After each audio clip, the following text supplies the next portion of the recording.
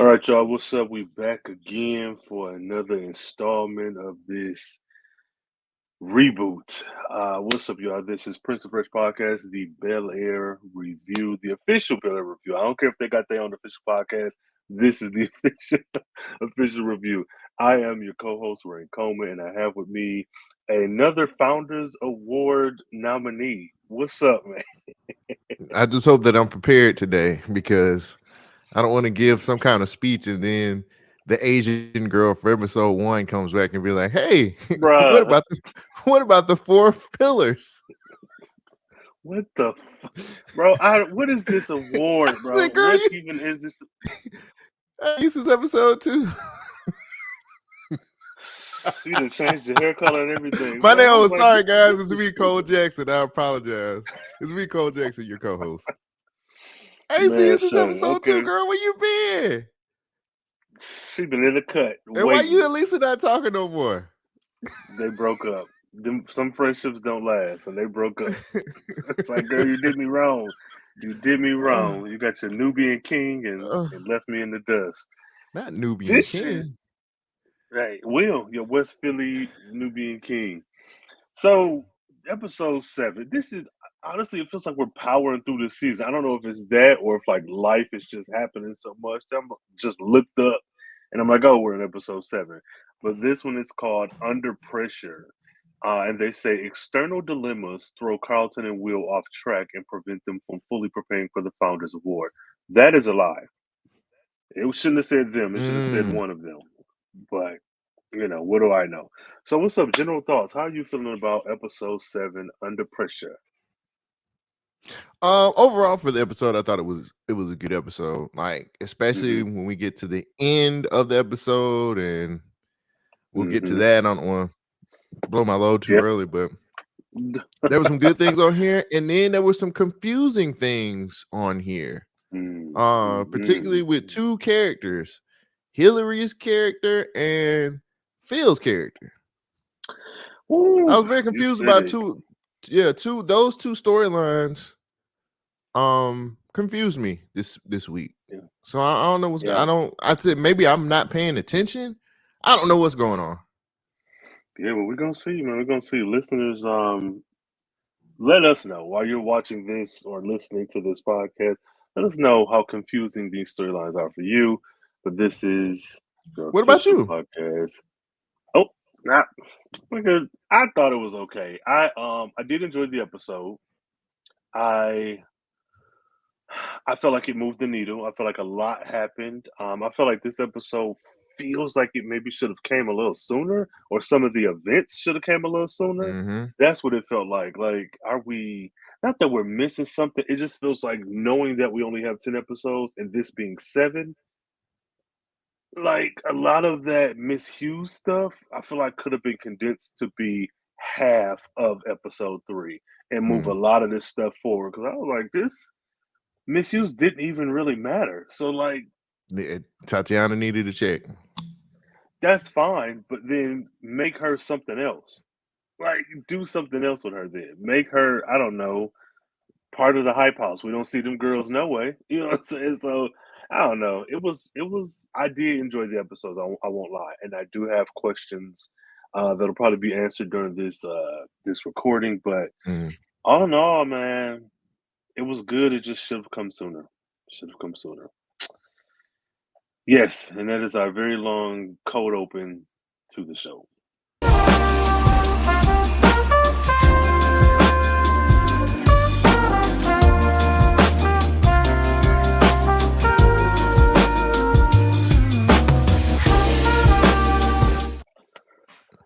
Outside So, of the wheel from man, Jackie needs to teach us some moves.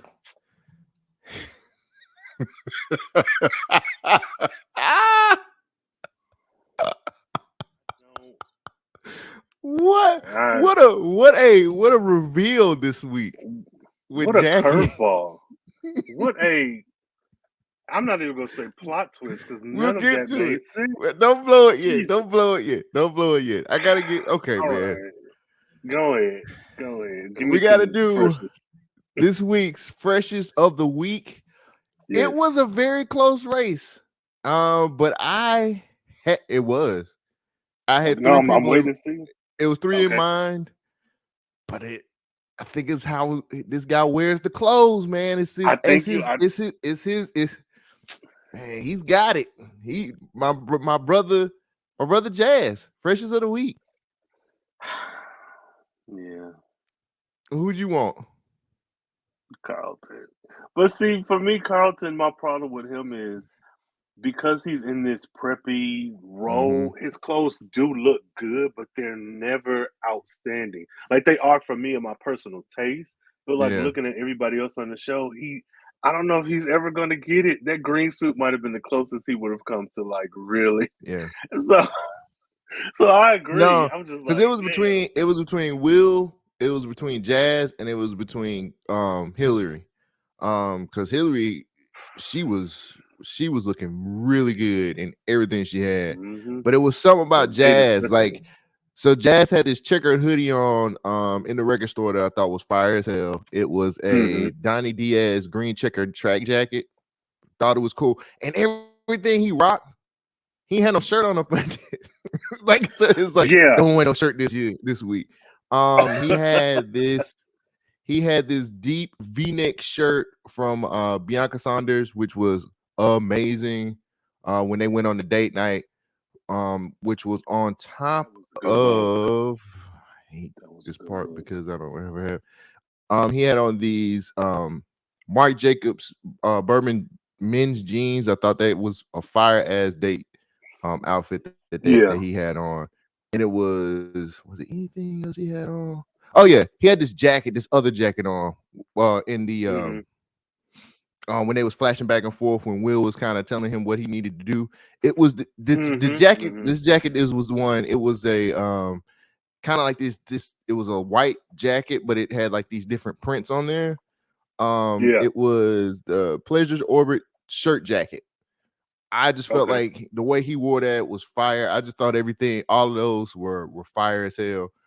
Um, that jacket is from Farfetch, by the way, too. So I just it was between him. It was Will, Jazz, and Hillary. Mm-hmm. Coco Jones looked amazing this episode. Like she was unbelievably fine this week. Yeah. Oh, But absolutely. Yeah. As usual. especially with the jeans with the sheer, I don't know what the fuck was going on with them pants with the sheer shit on the Bro, side, and it that was, I don't know what that was. I said, God, I said, damn. I said, shit, that should have Coco tipped it Jones, go off. ahead. All that That should have ass tipped the in scale. them jeans. No, yeah, she looked, and she's so tall that it doesn't. Y'all, the fashion girlies don't chop my head off because I'm just. Is how I feel. She's so tall that it doesn't look cheap. Like I feel like that Right. outfit in particular really runs the risk of you.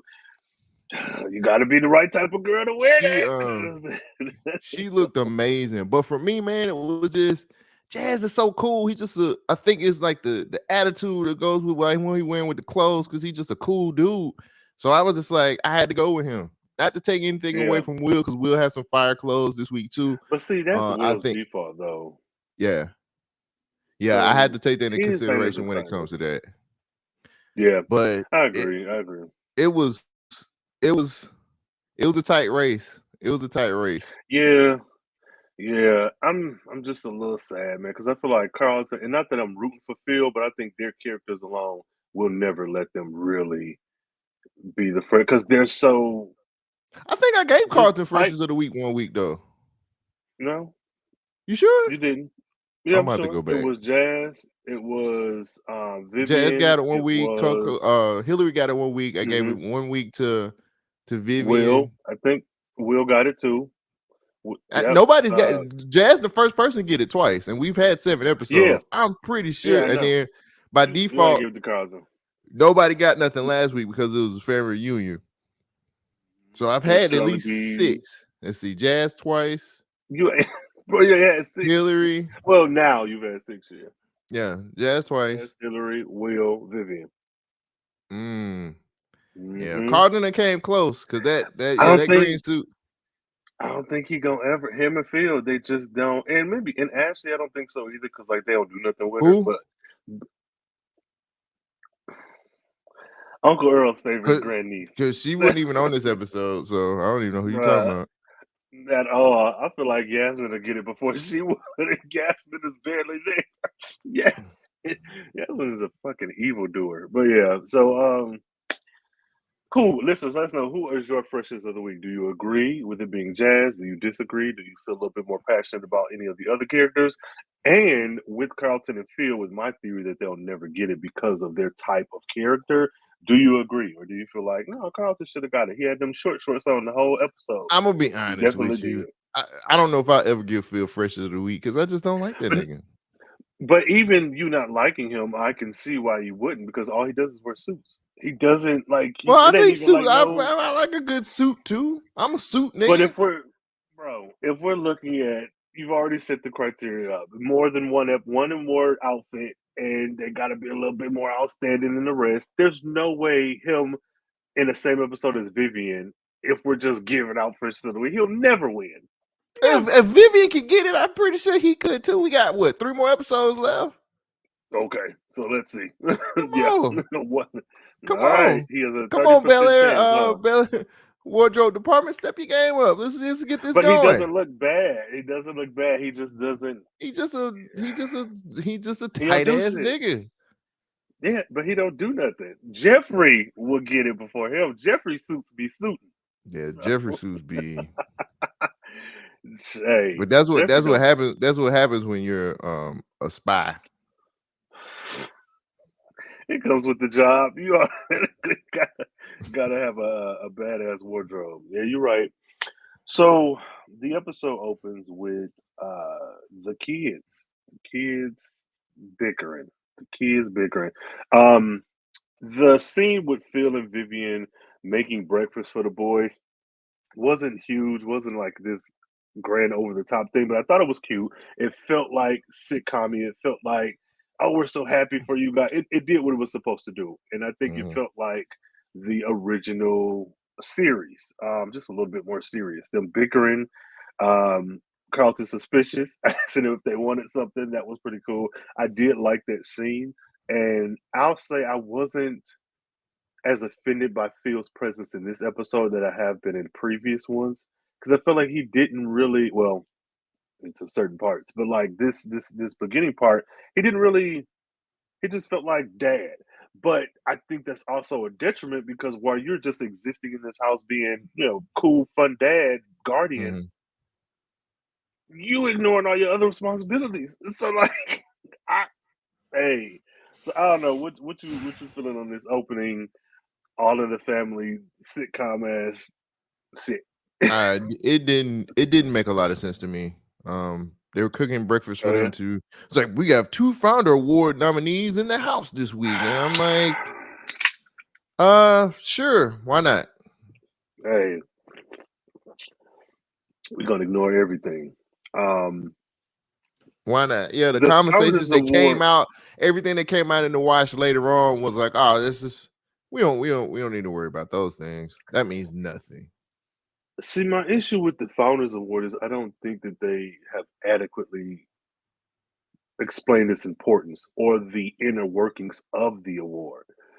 Because Mm, is it a scholarship? Is it just a award bestowed on you by Bel Air? And then also the very fact, and I don't want to jump too far here, but the very fact that we had that particular Founders Award event, that didn't line up. It felt like a student council race. So I'm like, this mm. doesn't feel as serious as y'all trying to make it. Like, y'all got to do better. So I think the Founders Award, what is it? Shit, what's the word? What's the when all the black people The be arguing BSU? from the Caribbean to no, like in Oh, real life, the discourse, whatever. This discourse around it is very odd to me. And it's not for the show, like the characters in the show, it's for the show itself. I don't think they've done a good enough job at highlighting the importance. Um we get to, let me see, what is the order? Did they go golfing next? Yeah. So when we get the rivalry between the two of them, I do understand the y'all have history by whatever, but this episode in particular felt very much like remember season one? Like that's what this episode was for me. Mm-hmm. Season one was y'all remember all that shit that happened there, and this feels like a weird thing for them to be butting heads on when they.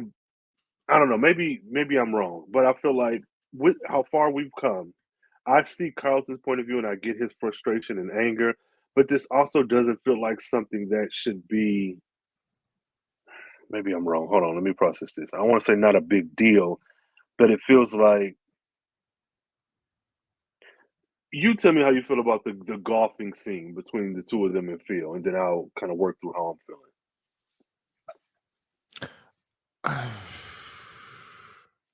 I guess they're trying to show. Feels like, hey, golf is. I've heard this in several spaces I've been in too. Like, hey, this is secretly Same. a business. If you want to be able to be successful in business and in certain spaces, the golf course is where you're supposed to be at. So it's like, hey, man, like Carlton's good at this. He knows how to do this, and it's like Will's just like, well, I'm trying, but I'm not as good as this with you guys. It kind of goes back to an argument that happens later on in the show where he's just like, oh, just because I don't prepare like you and Carlton, you're just saying that I'm not good enough or I can't do this. And it's so like I guess I get it. I don't really. The scene, okay, let me be honest. The scene is a throwaway scene to me. It's like I get it. You're showing that like Carlton's already been born and bred for this kind of stuff and he can handle it. And Will currently is just trying to play catch up, or he's fucking up, or he's on the feet, he's on the course, but he's just not up to par to be able to handle those kinds of things. So yeah, I don't know, man. It's just a scene for me, to be honest with you. Like I get what they were trying to do with it, but I'm like, yeah, whatever. I think that scene and the breakfast scene could have been merged together. Like they could have just been one scene. I have my feelings about Will in this space, and we'll get to that. I guess I can agree. It does feel like it was just a scene to bridge the discourse between them two and the Founders Award, and then getting to Jeffrey, which that kind of pissed me off because it feels so lackluster with all of the setup and buildup that we had. With Jeffrey and his son this whole time. With the golf scene, I don't know. I still don't know that I give a damn about Will not being good at golf. Because I feel like the energy that was given to him in season one, where Carlton was neglected for it, makes you feel like, okay, well, shit, this is just the shoe is on the other foot, and not even like a aha, that's what you get, that's karma. It's more or less like you're good at basketball. We doted on you for the whole first season. Carlton got pushed to the side. Now this thing that was already supposed to be his and his alone, that you got out of spite because this group of bitches is mad at Carlton. I don't give a fuck about you not being good. It's the I don't BSU. care. You don't like the BSU? The bitch student union. I'm sick of And them. what's Not dude's all of them. name? Yasmin and Drew. Bitch ass. Drew. So Big Drew. yeah, Big Drew. Whatever, peanut head ass nigga. So that happens. Whatever. I don't know. Move past it. So we get a call from Vivian, and Phil is like, "Yeah, yes, dear. Yes, we're on our way. MI6, 007, CIA." And they show up at this dang on coffee house where my silly ass, when I saw like the camera switch to the table, though I know what Cassandra Freeman looks like, why did I think that was Frederick and his mom? I was like, oh, she's off drugs. And then but then I was like, oh no, duh, that's Vivian, stupid. So Vivian and this, guy is sitting here. And I will say, when I saw his picture and they were like, oh, he looks just like Jeffrey, and I was like, he looks just as much like Jeffrey as I look like a Barbie doll. That much. But I was like, why did his face look so familiar? Doom Patrol. I Cyborg. did not realize Yes, So that's his why. name That's is. how I know Jeffrey is a super spy. I said, Cyborg is his son. Holy shit! This nigga created Cyborg. Victor. Look at that. Victor It all Joffrey. ties in. Yeah, that's him. It's all in the same universe. But yeah, when I saw him, I was like, bro, his face looks so familiar, and it bothered me. Cyborg. Yeah, but that's him. So shout out to homeboy comment over there on Twitter. He was like, yeah, that's Cyborg. I'm like, bro, of Yeah. course it is.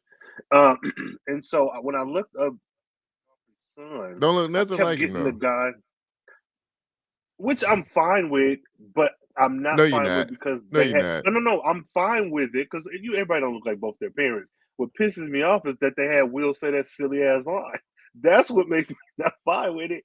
But when I looked him up looking for the actor, I kept finding the guy from the '90s series, and I was like, I completely forgot that Jeffrey had a son in the '90s series. I completely forgot. Yeah, So it was Mr. What's the cool. name from oh, what was that? Zack and Cody. It was dude from Zack and Cody. Wasn't that his son? No, that wasn't his son. Was it? This was a Oh, I oh forgot man, let who me was see his if I can't son. find it. He, if you I just look thought the up dude Jeffrey's from Zack. son, I forgot the dude. I thought the dude from Zack and Cody was Jeffrey's son, but I don't think it was. no, Mister, the dude, no, because that Uh man was grown. That was a oh grown man back then. That man was on the Wayans brothers. No, oh. that's not. I thought it was the hotel manager from No, Zack and Cody. I was like, oh shit, nigga. But it wasn't him. My bad. that man was I like got 30 in the excited. '90s. No, this guy Frederick Vickers is his full name, and he was played by Craig Kirkwood. That's who he's played by. And I will say though, to the show's credit, the guy who played the son in the '90s kind of favors, like on paper, if you just describe their features, the cyborg, the Jovian Wade. They kind of look alike. So if you look them up, Jovian Wade and the '90s actor Craig Kirkwood. I was like, okay, I get that. So Jeffrey always had a light skinned son. Okay, what that mama I'm gonna be looking honest like? though. I'm gonna be honest though. Jeffrey's. Jeffrey's son. I was like, both. I was like, I wouldn't want to fight either one of them niggas. I said, them When I niggas, tell you, this is stout niggas right now, boy. I was like, I bro, don't want to do that. I that don't was fuck some around. casting. Because even his, like, I saw him in Doom Patrol. I didn't finish out the Doom Patrol series, and he was like in that hoodie. Yeah. But when I looked up the actor, like to see who he was, bro, all of his pictures is like, I'm like, bro, you an actor or a bodybuilder? Get the fuck out of here. I said, Yeah, that yeah. dude. The Jeffrey family they got some weight on them, so leave them alone. I did like. I'm not gonna hold you, though. I didn't like the way it happened. I did like Jeffrey and Frederick. I like their scenes. It just feels like it kind of feels unearned with the amount of Mm-hmm. stress and danger that they put around this meeting. You could never really see your son. And it was like, man, this man is like 32. What do you mean? This is a grown man. So it Stop. feels unearned. Becky's first husband. But no, I don't feel like I enjoyed their scenes and I thought they worked well together, but I don't feel like with them getting that ultimately getting that meeting, it felt like the level of danger and fear that they put into us by like, oh, he could never see his son and this and that. It just didn't feel earned to me because I'm like, this feels a little Mm. bit too easy to me. How did you feel about their meeting? I was expecting more of a.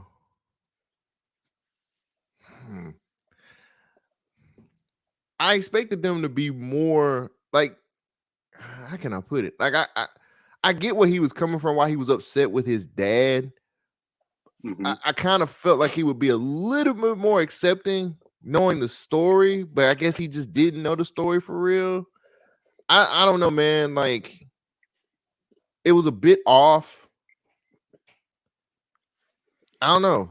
Like Yeah. I wanted him to be just a tad bit more accepting. I know he left you when you was a kid and stuff like that, but he was like, "Hey, I was running with the wrong crowd, gangs, and So I don't know, man. See, And maybe that was, I I think don't. maybe that was because I wanted their relationship to work But off top. I was expecting like oh, I know, you know what I'm saying? I'm just like, man, maybe he missed mm, his dad and he was just like, so happy to see you, father. And you know, mm, it- I don't know. I wanted it to work. I got where we had the conflict. I mm-hmm. understood all of that. I just wanted it to work a little bit better. That's interesting because I feel the exact opposite. I thought he was accepting. Like all things considered. No, yes. Come on. When they first Really? met, they spoke, accepting not like, oh, I love you so much, we're finally in each other's life, but accepting like, okay, circumstances happened and we were away from each other. But I was raised on my because I feel like everything they did with Jeffrey and Frederick worked so well for that very last scene with them, where he made the decision to return back after hearing like, though because he even told him, he said, I don't hate you, I'm not mad at you, I get it, I'm Yeah, just I don't know let's you. leave it how it is. And I think that that is a very real stance to have because if your father, I think it's easy to be like, oh, I long for a father so much. I need you in my life. He had a father. He had a dad and a mom. He had a family. He, I don't know when he found. Well, no. Did he always know? I don't know if he always knew Jeffrey was his dad, but he had a family. So to whether he knew as a kid or he found out later on that Jeffrey is his dad, I think he handled it well enough. Because I'm like, I'm Mm. all the way over here from the UK. I'm meeting you. I don't have any animosity. We can get to know each other. But then seeing how all these other people depend on you in a way that I never had the option to depend on you, and then later to find out I actually was depending on you my entire life. I thought he handled it pretty well. Okay, so it was. I guess for me, I was looking more at the body language between the two. You get what I'm saying? Like they would never have seen. Like I'm not saying they got to hug each other every now and then, but it's like the Hmm. way he spoke to him, the way they were kind of. If you go back and look, like they never really had like a Hmm. closeness with each other. You know what I'm saying? It's like he was always kind Yeah. of standoffish or at a distance with him. Even when he came to the mansion and he was like, "You live in a castle," and he was just like, Mm, "Oh, it just never, nothing ever felt good." Like I don't even think they dapped each other up until they went to play pool at the end of the episode. So to me, that's why I was saying like I get what your side is where you're mhm. coming from. It just always felt like it was just this. You felt the tension. You understood Yeah, why there was tension there, and for me, I just was kind of I was hoping that he would just be like, "Yo, Dad, like I've missed you so much, and it's good that we're getting this time together, and so on and so forth." So I think it was just more for yeah, me. I was looking at their body language and how you know what I'm saying. Like it was just some distance between them. You could yeah. tell the tension was there, and so on and so forth. But even to that point, I liked it because Jeffrey was more vulnerable. We have not seen him like this. We see him as from the beginning of the season of the series, this strong 007 ass character who is taking care of stuff when need be. And the only time we've ever seen him falter was when it came to his son. When he Mm. got up in Phil's face about Carlton, when he was ransacking it all Whoop his, you about to looking whoop for his ass. bro that because You about to whoop even that when nigga ass. hey, he said, "I'll climb a tree, nigga. Don't play with Right, me. Don't play with right, it. Don't play with it." These right. hands ready to eat for everybody. But even when they were at that little bar when they reconnected, Mhm. Jeffrey did not have emotion with Phil. It's only when it comes to his son. So for me, I know we're kind of beating a dead horse, but to your body language comment, I like that because Frederick, we don't know him. I'm fine with whatever they gave me with him. But Yeah, we do. Jeffrey, He's cyborg. this multiverse thing show. But Jeffrey, like that actor, oh, he wasn't playing. I could read this Mm, disappointment when homeboy was like, "Yeah, I think I'm gonna go." He's like, "Okay, I'll take you back to the room." No, back to London. He was like, "Oh shit!" Like you could. right. So I'm okay with the body language because I think it only amplified these sad ass emotions that Jeffrey had. Jeffrey went through it this episode. Yeah. Even though I feel like it was unearned, that man acted his ass off, and I felt like he was really even if we never got any of the searching for his son stuff and they just told us, "Oh, you've never seen your son," and this is the first time we saw it, the acting that Jeffrey gave us made me feel like, oh, he missed his son. He missed his son. No, That's sad. I see where you're coming from with that. I understand that. Yeah. I get it. So cool. So these motherfuckers met. And just how many rooms are in the Bel-Air mansion? Because I mean, he's a billionaire. okay. So we switch over to my favorite character, Carlton, who is in his room on his laptop, like making resume flyers. Yeah, he was putting Campaign together his flyers. presentation. Okay. He was putting And a presentation for everybody to get to know the candidate. So I thought that was fire as hell. Yeah, man, he got to get his shit together. Until the dad came in and was just like, you know what, son, you got this. You don't need me. Will needs me. You know who needs me? Will, because he cares about the Founders Day stuff. He don't want to play basketball. He wants to be a scholar and a student of the game of intellectualism. This when this nigga start pissing me off. That was your boy though. That was your folks. That was your peoples. You could say that all day long. That was your peoples. That was your folks. No, I mean that was your boy. You know, when I was saying the same thing first season. The idea. I feel like you don't understand getting new information and then changing your opinion based off new information. I will not deny that I was Team Phil season 1. I just feel like you're just a little too hard on this man. He's that Uncle Phil. I said no. That nigga is boring and he is annoying as fuck. And it sounds familiar. Sounds yeah, it does. Man, but you act like I denied that you ever said that. Who said those things? I don't know. Somebody who's up for the Founders Day Award. Somebody. I was just trying to figure out who said those things, and sounds very familiar. It was probably you. It was probably you. You know. Listeners, let us know who said those things first. Who said? Leave it in the comments with an emoji of a ruler, because that's how boring Phil is. So this nigga, this hit home for me, because when I was coming up, I had a cousin who we were a Carlton Will type of situation, and not to when shit happens, you're teenagers, you get into mess, stuff goes on. But I saw this in my own life, and I see it all too often, like in real people's lives, where you focus all your energy on the kid that is maybe not doing so well, the kid who might have a few complications. And I'm not saying that they don't deserve that attention, but when you drop the ball and it's just like, oh, you can handle it, it doesn't matter. They're both children. Like I think it's one thing to mitigate, like to look at the children you have under your care and to realize, okay, Hillary's a bit older. Maybe she can watch the kids while, I work this night, but I'm not going to leave her to raise her siblings because these are my kids. That's something different. When you're kind of seeing who is stronger where and like figuring out how to raise them differently. But it's a whole nother thing when these two boys are in competition with each other. And I'm not saying that Carlton needed as much help as Will, but you aren't even. I just feel like the energy that you're pouring into Will, you don't need Carlton's approval. You don't need to come in and talk to him about that. Because like you're in here talking to him now, this conversation could have been about, well, how are you feeling about the Founders Day thing? What's going on with your presentation? Have you you're coming in here talking to me about Will and the shit he got going on? You could have just went to his room and did all this shit. Why do I need to be involved? I don't agree with that. Bro. Give me your take then. I mean, I think he was kind of doing a heat check on Carlton, just trying to see where he was. But like when he came in, he was like, "Oh, like great picture." Like Will ain't doing shit like that. You know what I'm saying? And so he was just like, "Yo, let me just check on you, see what you're doing." And I think it got to the point to where like, and I ain't even capable for a feel like that. But I was like, he was like, "Oh, Carlton's been down this road before. He knows what this is. He's done this before. He's good." I don't think that's fair, and I don't think that's cool.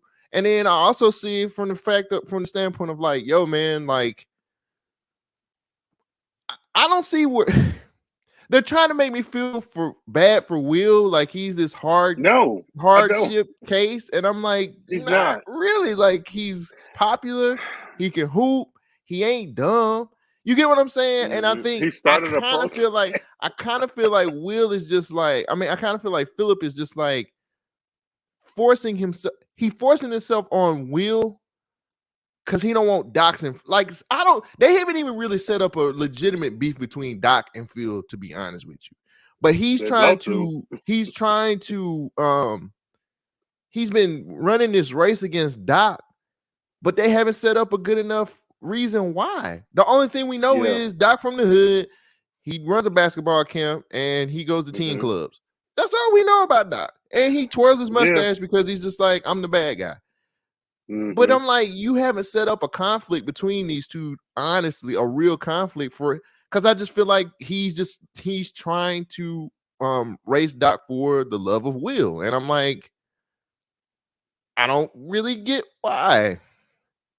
Yeah, and then I don't. Weird. It's a couple things that I don't get. Will was like, I'm gonna take care of this myself because I always have.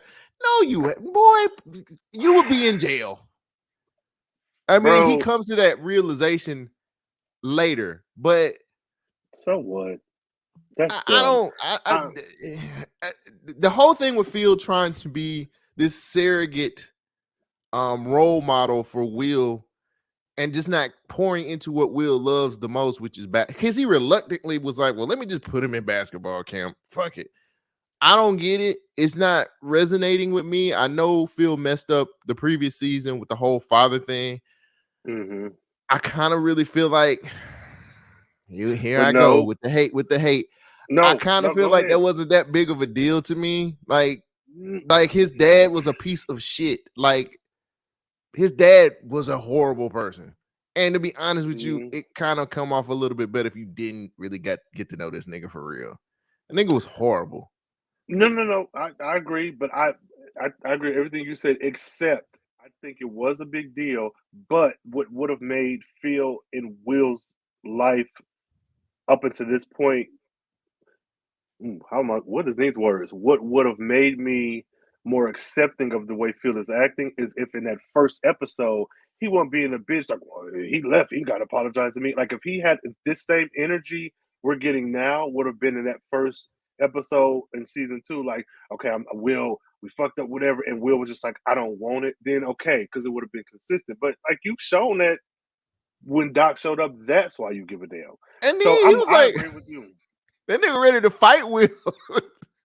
He was like, no, baby, let the boy speak. What do you speak your mind? You gonna fix your mouth like that? And I'm like, wait, Lou? How do we get here? Like, Will just niggas want to fight Will so bad, which is so weird. I'm like, he's a fucking kid, and you took on this role. Like this thing, I'm sorry. Yeah, Will is annoying, but like Phil is really dropping the ball with everybody, with your law office, with your family, with Will. And I know you're gonna get to making fun of this man, but you can't make me. His clothes fit. Your boy showed up with his vest. Clothes fit. Philip, I don't wait. Okay, I'm gonna let me hold up. I'm gonna stop. I can't. I'll be laughing too hard to do it. I have to get into character. Bro, go ahead. Ahead. Yeah. Can we just talk about Phil right now? Yeah, no. Can we just get into this character? I'm kind of confused. So this is one of the characters I'm confused with. So, I hadn't seen Phil do no type of shit in the courtroom. He ain't lawyer shit. I ain't seen him be a lawyer. I ain't seen him go to work in the courtroom. I ain't seen him manage his firm. None of this shit. Get a job. But then they bring him in to this bigger law firm and was like, we have everybody all over the world getting ready to talk to you because of what you've done with your law firm. I'm like, wait, his law firm is failing. What kind of history do you have on this guy? Who did he get off? Who did he get? Like, I'm sitting up here trying to figure this out because I'm like, his law firm, he lost the race for DA. Yep. His law firm is going down the fucking drain. Say that. And I ain't seen him in no courtroom doing shit. So how is this dude the most wanted? Like, this contract don't have no hooks or nothing like that. hey, whatever you want to do, Phil. I'm like, I haven't seen. He doesn't go to work. So I agree. I think it's the fault of the show because for us, people who are not, no, it's him, yeah, but like the show, because if we are not lawyers, it shouldn't be that hard for us to understand why he's so sought after. But they have not laid that groundwork. Like you said, They said, failing. hey, we love what you did with the firm. He lost his biggest client to you guys, if That's I'm what he not did with the mistaken. farm. Exactly. So I feel more confident in Erica than I do in Phil. This is our second time seeing her. She just walks like a lawyer. I do not believe this man is a lawyer. There's nothing about Phil outside of catching that 18% in the contract that make me think, oh yeah, he's And good at anybody this. could have caught. We could have caught that. Will could have caught All that. we had to do was read. Doc is Like, a wait a minute, dummy, this bro. 18. My legal pad here. Where my legal pad? What is this? 18%? What the hell? Right, and then just Don't they change know it. cheeses is high? Look, don't they know eggs is high? Hell, like, I'm just like, bro. Phil is really. It's and and I'm trying to give the show some grace because you are juggling a bunch of different characters, but with like if I wrote this show and my goal is to have Phil be the big man on campus, for him to be extremely important in this law office. I understand some things may not have been seeded in season one because now season two you got a whole new storyline. But there's still a way to make this make sense. I'm agreeing with you. I don't understand why these people give a damn about him. When your biggest client they took from you. Now, if Erica's just like he's a damn good lawyer, okay, I fine. haven't But you look. didn't win nothing. At least in the OG Prince show, we got to see Uncle Phil in the courtroom. He didn't. He did a few trials. He did. He was lawyering up. He was like, oh. It was quite a few times Phil got in the courtroom. Yeah. Like, oh, they trying to do my boys bad. Let me get up in the courtroom and show y'all what I can do. Mm-hmm.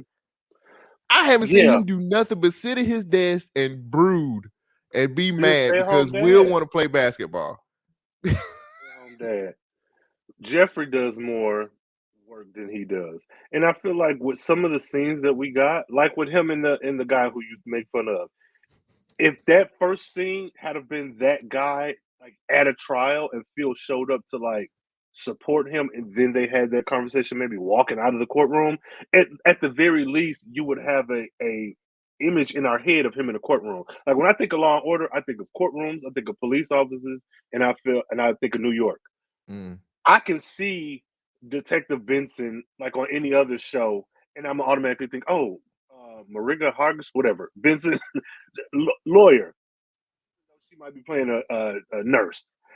With this, I don't visualize him doing anything but being at home in nice suits. That's it. Mm. So I'm agreeing with you. I don't. It feels unearned. It feels like we just need to get from point A to point B. We've I heard more about Erica doing work than we have. We've seen more of Erica doing work than we've seen of him. Phil, I just really hope that we could just find it. Have you got the client back yet? He was like, is he gonna sell his firm out? See, that's the thing. That's another reason why I'm Phil is the He came back and he was just like, man, that package they gave me was pretty good. He said, damn, that was some. He was like, the money, they said he this could would piss me basically do off. what he want to, and they was just But like, yo, your package, your contract, there's no hooks in their contract. You're good to go. fuck this nigga, why? But the thing is, what pissed me off and made me think he is gonna shit on them is that when they said that to him, he didn't say, well, I need to get all my people got to come with me. Mm-hmm. They said you can control these five firms, but he never said, "Oh my."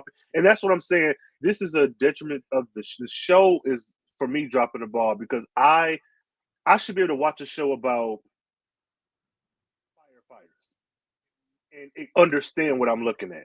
I shouldn't need to have been a firefighter and know all these intricate details. Like, I should be able to watch a show about motherfucking Barbies, and I should be able to know what's going on. You need to explain it in a way that somebody who does not know this shit. Like I feel like with the influencer house, they've done a good enough job at explaining she's an influencer. This is Mm-hmm. a house of people who are Vivian. influencers. They get brand deals. Exactly.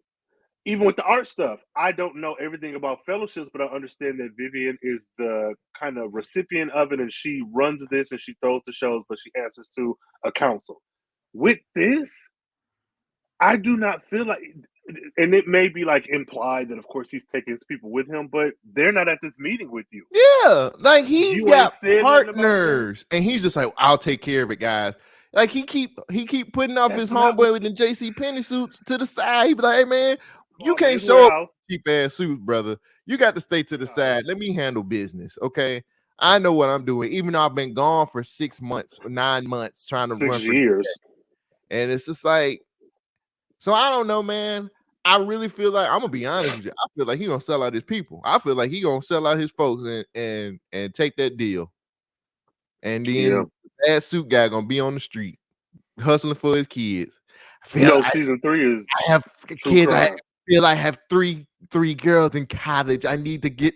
Look at my suits, Phil. I'm wearing a vest, for crying out loud. Can I just? I'm not doing this. We gotta figure something out here. I'm poor. This is terrible. You have a problem, but that vest was very Doug Funny in the 90s. What was that?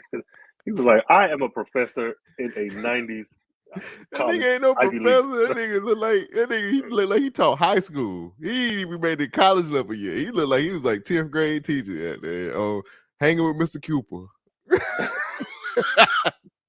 I don't know what to do, Coop. These kids, I can't get to the kids.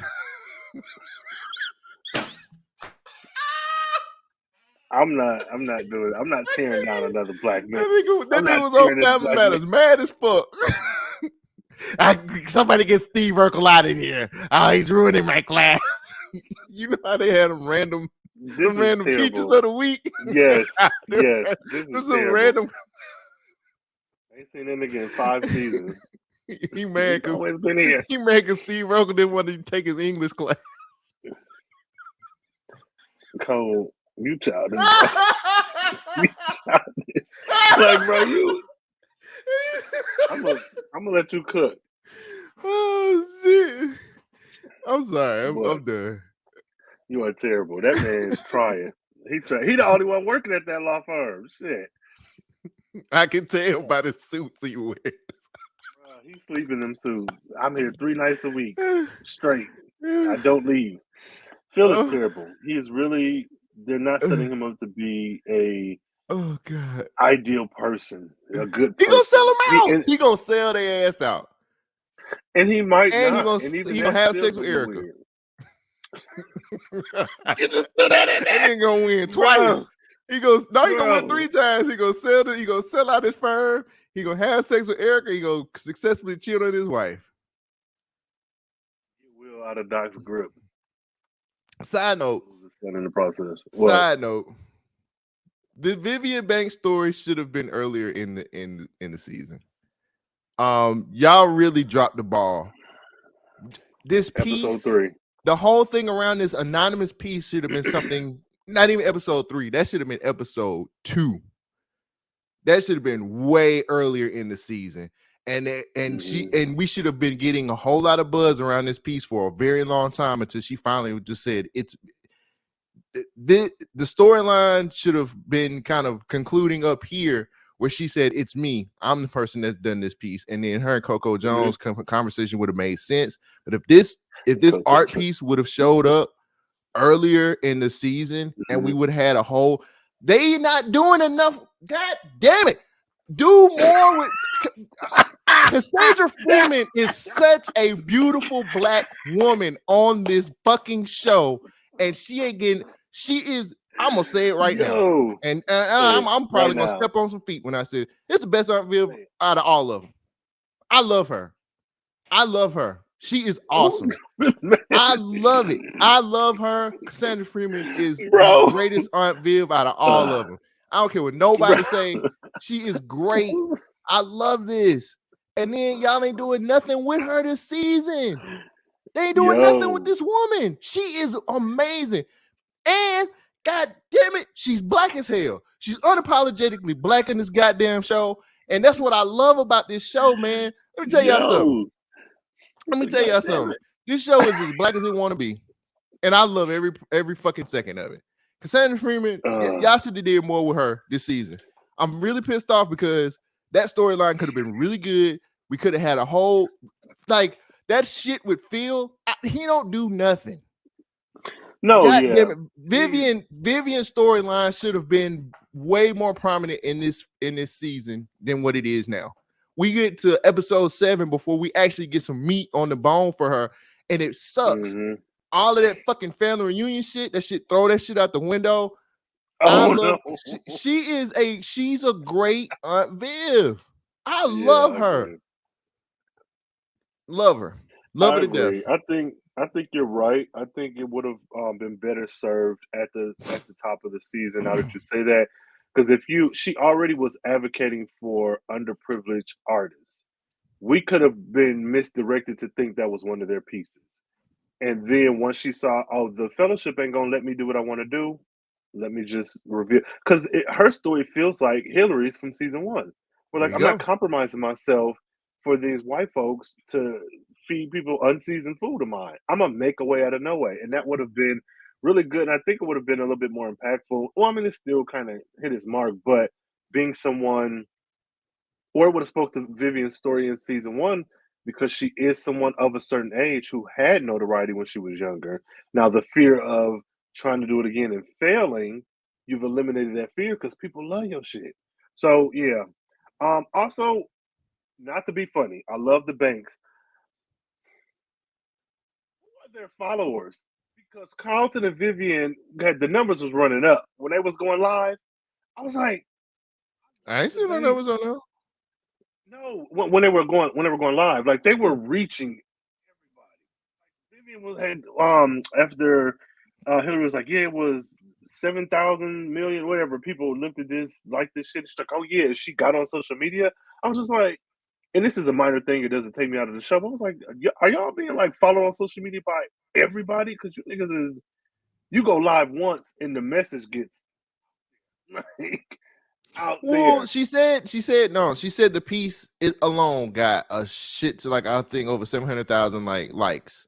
So she got that, and then I think the whole following came after she announced who she was as far as like the piece and everything like that. Yeah, the piece itself got a lot of likes on Hillary stuff. So she didn't start getting the followers until after she exposed herself as being the person who painted the picture. Yeah, because she was going live and she was just chilling with her homegirl. She was like, yeah, y'all, let me tell you something. She was speaking good shit, but I was like, what the hell? But no, it's cute. I did like it. Well, and I like her and Carlton.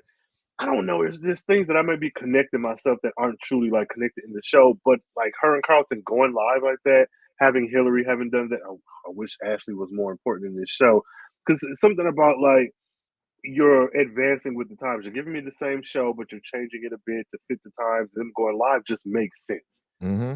Phil could pull out a phone and I would be like, okay, because everybody got a phone in their pocket. Sense. He don't even know how to be a lawyer. Like, hey, so. y'all, I'm killing. Here's my first case. I'm killing careers. Here's my first case. Everybody going to the courtroom, a little nervous. Right, vlogging. And hit her in the back. We just need a video of him stepping. Okay, so back in my alpha days, do more with Cassandra Freeman. Bel-Air writing room. Y'all got a great Aunt Vivian and y'all ain't even using her, and it's ridiculous. Do better, because she is amazing. Right. That woman and she is a man. That hairstyle, her fashion, everything that she does, man. It just. Man, that shows up how black this show is for me. It's like that's the only. I ain't gonna say that's the only thing that's really, really black because there's a lot of things that they do as black people that are black. But Cassandra Freeman's black is way different than the whole rest of their family's black to me. I love her. I love. You even think with Coco, with her character, you think they're pretty different? No, I mean they're a lot more similar, but it's just something about Cassandra Freeman and how she portrays Aunt Vivian and what she does and how she moves through the house and the struggles that she's going through, her character and everything. She is just a wonderful Aunt Viv. Like it just works for me. I don't know what it is. She very much so keeps me attached to this show because she's just the way she talks to people, her interactions with Phil. Like, the guy who plays Philip Banks, Adrian Holmes, ain't got a lot of chemistry with a lot of folks on this show. I'm just being real. Mm-hmm. But when he's with Cassandra Freeman, when he's with Aunt Vivian, man, they work so well together as a unit. And that just really says, I just feel like Cassandra Freeman's portrayal of Aunt Viv has so much more connection with the whole cast, with everybody on the show. Like, it works. Even when she was talking to OG like Skin Viv, the woman who they have they have chemistry. She just has chemistry with everybody, and I love that woman, man. She's just a wonderful Aunt Viv, and I want them to give her more to do because she does it for me. She does it for me. I love her. I love when she's on screen. I just love everything that she's doing. She is the best Aunt Viv out of all of them to me. Is she the best Aunt Viv? She is. Sorry, Janet Herbert. I agree. I love you, Janet Herbert, but I think you're right. I don't think there's a lot of question or argument because you could get somebody like, "Oh, Janet's better," or whatever. But like, it's more or less a nostalgia thing, and it's not that Janet wasn't good. It's just that we are exploring Aunt Viv in a way in this series that I think Cassandra Freeman is really like. I can't see anyone else being Vivian. When you sans having the first two, of course, but like if they were to recast this show, or they're like, oh, these first two seasons didn't work, let's reboot again. I couldn't see anyone else being Aunt Viv. So I think to your point, yeah, you're absolutely right. I could see Drew could be switched out for anybody. Lisa could be switched out for anybody. Ashley could be switched out for anybody. Who? Phil. Yeah, exactly. Tatiana Ali could come back and just be Ashley, and that would be fine. Because like, a grown age, don't do nothing no way. Like, a grown age right now. She just walk in and be like, "Hey, what universe is this?" Sitting in the classroom with Am I president? With that little girl. But yeah, no. So I think you're absolutely right. Phil, again, I think is just terrible. I don't think he's doing right by anybody on this show. I think his motivations are very weird. They tried to have him be a little bit charming in that meeting, and I was like, "Would have wore a better suit, girl. Shut up. Let's get to the meeting." That's because he was with his mistress. Truly, and that's the other thing. I get having a opportunity for advancement, but you are a literal billionaire. If your wife finds it cause for concern that this blast from the past is back, not saying you shouldn't take it because of that exclusively, but there should be a conversation surrounding this. There should be weighing pros and cons with her. Ultimately, it's your decision because it's your job, but like, this is your wife. And you know there's history with this. We don't know what it is yet, but you know there's history with this woman. How are you not like, how are you not getting ahead of this? Like, Vivian, look, I know there's history. Erica is back in my life for this very specific reason. Let's go over the pros and cons. I want to do this. These are the reasons why. Can you support me on this? It feels like he's just like, there's nothing to tell. Girl, there's a lot Yeah, but that's par for the course from last season. He was very controlling and very just like, when she wanted to go out to do this art thing, he's like, you gonna do the art thing again? Like, what the fuck? Like that just is par for the course, which is why she's going through. I have a voice, and because this is way that whole stuff with Vivian about her having a voice is way bigger than just that art stuff. That is like what's going on in her marriage, and I don't know if a lot of people see it that way. Well, I do. She need to jump that zero and get with a hero. So good, whatever. Now what I did like, the one thing I did like of Fields was him, and I don't know if this is like corny, but I enjoyed it. Him speaking to Frederick ultimately at the end and having that conversation. Pretty much, I ain't gonna say righting his wrongs. It should have been Vivian. I still enjoy Phil giving that little whatever that was, but. Actually, you may be right because if she's the one who called him and talked to him and got him there to begin with, yeah, why wouldn't she be the one? It should have been a full circle moment, especially when she was sitting at the table with him when he first sees Jeffrey. Yeah. You get what I'm Because saying? they Like don't have any more interactions. it makes a whole lot more sense that Vivian was like, oh, when she sat at the table when he first met.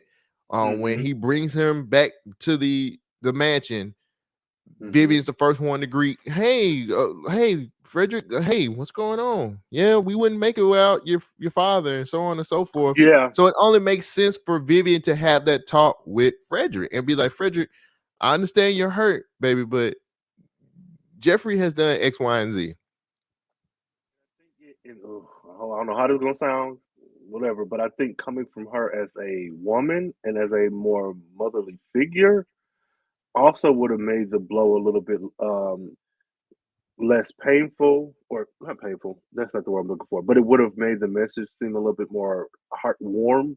Though I did enjoy Phil giving the message, but I'll also say that it would also clue us into Vivian being aware of the things that Jeffrey does, because the way they Right. have it set up in season one, it's like Phil and Jeffrey got some spy murder shit going on that the rest of the family's just like, he's the butler. Like, no, and he's then the John Wick. He was basically like, I had to put a camera up to see what this nigga was doing in my office. And he was like, something's wrong with, like, he was suspicious of Jeffrey the whole fucking season. And now it's just like, well, your dad did all the, no, man. I don't know. I'm not going to renege on it. I still enjoyed the delivery of the message. I thought that was a good scene for Phil. But for everything that we've gotten with Phil so far, and I mean for the whole series, he's not looking too good. So to be like, I just wanted you to know. Sell at his company. He finna sell out Sweater Vest Man. He finna sell him out so fast. Hey, he finna sell out who? Who he finna sell? Sweater Vest Man. Bro. The teacher from Family Matters. You are terrible, bro. But yeah, no, I just he gotta do it. I don't know that there's any redeeming Phil at this point. Redeeming? When is he ever? Oh, I'm sorry. That's for you, not for me, because I ain't never felt for this. No. I'm saying his character, just in general, like all. I know. I've never felt for him. You have. I've never thought about redemption for Phil. That was your homeboy in season one, not mine. Yeah, we're in season 2. And he's a dick. Fuck him. So yeah, I don't know. I ain't got nothing for Phil. It was your people's last year, though. Last year, it was your folks. I don't know. I feel like you keep bringing up old stuff, but it is what it is. It was your people's, though. What am I supposed to do? Ain't nobody denied that. Ain't nobody denied that, nigga. Man, you acting like you part of the BSU. I see what's going on here, Drew. So yeah. So wait. Are we going there? Or are we going Hillary next? I guess we can go the BSU whatever you want. Whichever you want to go. Is you in the lead? Hey, Mike. Let's save Jazz. Let's save Jazz and Hillary. So BSU. Bullshit university. What I don't understand is, how does this school operate? I was under the impression in episode 1 that the Founders Award was this prestigious award given once a year to one deserving student, and it was pretty much a ticket into any Ivy League or any school that you wanted. Not that in the sense that you've already done the work, and this is like the cherry on the cake, on the top, whatever. Upon watching this series, I have come to find out that the Founders Award is the Sheen equivalent of a Nobel Peace Prize, because anybody can get it. Anybody could be nominated for it. It's just whatever's vibes. It's cool. No. Here's the thing. BSU had a vote the whole time, and they never knew it until this year. We never had no black candidate. So any organization, they said the faculty nominee has to be nominated by faculty or organization. And you mean to tell me there's not 40 people in the running? You mean to tell me that the BSU, the Jim Crow teacher, the slave ghost, those are the only people who had a vote? I see us in episode 3. Not only that, with Connor being in the running, who nominated him? Why is he part of the BSU? No, he ain't part of the BSU. He got nominated from some other organization. Wasn't he there in the BSU meeting when they No. announced? That was another facility in the school's big, bro. That's not the BSU room. But That's they ain't another made it. room in the That looked like school. the BSU room. Man, it's a Hangout room school, before bro. homeroom. No, fuck Bro, that. it's a This shit school. is It's a backwards. Bel-Air Academy Nope. school. Stop. Fuck See, that. now you just Nope. now you being No. hard-headed. Stop being like that. That was not the BSU room, bro. Connor in the BSU. Hell, No, how he do we was. know? Stop. Anything goes. Anything goes here. I could nominate you for this. You wanted to follow But they some wasn't more? doing the presentation in the BSU room, bro. Stop being. No. See, I'm now not. you see. I'm not That's why talking you can't about give no, people like because you we talking about two different podcasts. things. We talking about two different things. I'm not talking about this episode. I'm talking about when they announced the nominees. That's what I'm talking about. That was the BSU room. Okay. I'm gonna go with it. Why not? So I hereby nominate Cole Jackson for the Founders Award 2024. But somebody else is nominated Connor though. No, I'm fine with that. I don't think the BSU nominate him. That's not my issue. Is it's so weird that now you've changed the rules. You're not making it consistent. If you watch any magical show with vampires, show with mystical beasts, there is a set of magic rules that you must follow. So when you break those rules, it's more exciting. Oh wow, nobody can fly, but this girl can fly. She's the chosen one. In this show, no. What rules? Anybody could do anything. So now that we get all this back bending to make sure that Will is also in the running, and then we get to what I thought, the way that Phil and Carlton were talking, I assumed they were going to have this big auditorium style setting where there were like 4 or 5 faculty members sitting on a panel, Yeah, judging these folks like a election. mm-hmm. Why do we have these children? Why should it matter? At this point, it's a popularity contest. What, these were children asking these questions, which I don't think is inherently bad. But like, where are the rules and standards if this prestigious award is so sought after and so ideal? But it ultimately comes down to the people who collectively as a group can nominate you being the ones asking you questions. Why wouldn't I just say he got it? Why wouldn't I just vote for Will? This this is dumb. Well, it's This not. is I ain't gonna say dumb. dumb. I think it's the set of two different stories being told, and I'm not saying as far as like storylines. I'm just saying like the beginning of the season, we had the slave ghost woman in the BSU room telling Carlton like, if you want to be nominated, you can't do the protest or anything like that. And then we get to a point where the protest happens, and then we get Will getting suspended, and we find out, oh, the BSU has always had a nomination, so we're gonna nominate Will. So it's like, well, but why was the slave ghost lady like going so hard for Carlton not to do it? And then it just we got two stories told to us, and then it's just like, well, no, like everybody can nominate somebody. Like we just wanted to make sure Carlton got in, because if he didn't do this, it just they made it a prize. They made it a prize that anybody could get. Like they literally was like, if you can get this apple off the apple tree, you win. But it's a bunch of apples on the apple tree, so it's like, well, everybody's picking it. You know what I'm saying? So I don't know. Just a participation trophy. Yeah, like I don't know what it took. I mean, even though we really only have 3 candidates, Connor, Will, and Carlton, but yeah, and I'm fine with that. But the way we got here was very confusing. Honestly, the way we got here makes the protest episode pointless. Why do we have that? Exactly. What was the point? I mean, did they just so that people could get mad? No. I'll go even further. What's the point? Then the point was to get people mad at Carlton. We already addressed his behavior from the protest, and y'all still shitting on him. Very legitimate reasons as to why he acted the way he did. And even, to be quite honest, I don't care how old you are, without him giving his reasoning, it should be very clear to anybody watching him, this man is not right. Something is wrong. Even if you don't know what it is. So, I don't know. I feel like, again, episode 3, this is more evidence why it should have just been scrapped and give it to Vivian. Because what is the point? So, we go through all this bull, and then this is another thing that pissed me off. in the beginning, we have Phil mad at Will because he is going off to Ezekiel basketball camp instead of like learning his stuff and then doing the golf. But all of that doesn't matter now. If we know that it's just these kids asking questions, why should it? Not he shouldn't try, because I feel like just because it's your peers don't mean you don't try. Mm-hmm. But if he can come in like he did and just talk, because what the explanation he gave was bullshit. Oh Your yeah, character and he this was and he that. was I was talking like, he was nigga, talking out his ass. and I And hated the Asian girl from season 1 was like, no, you have to tell us like the 4 principles of the Founders Day. Here's the thing. No, let's just focus on the point that you made, which makes complete and total sense.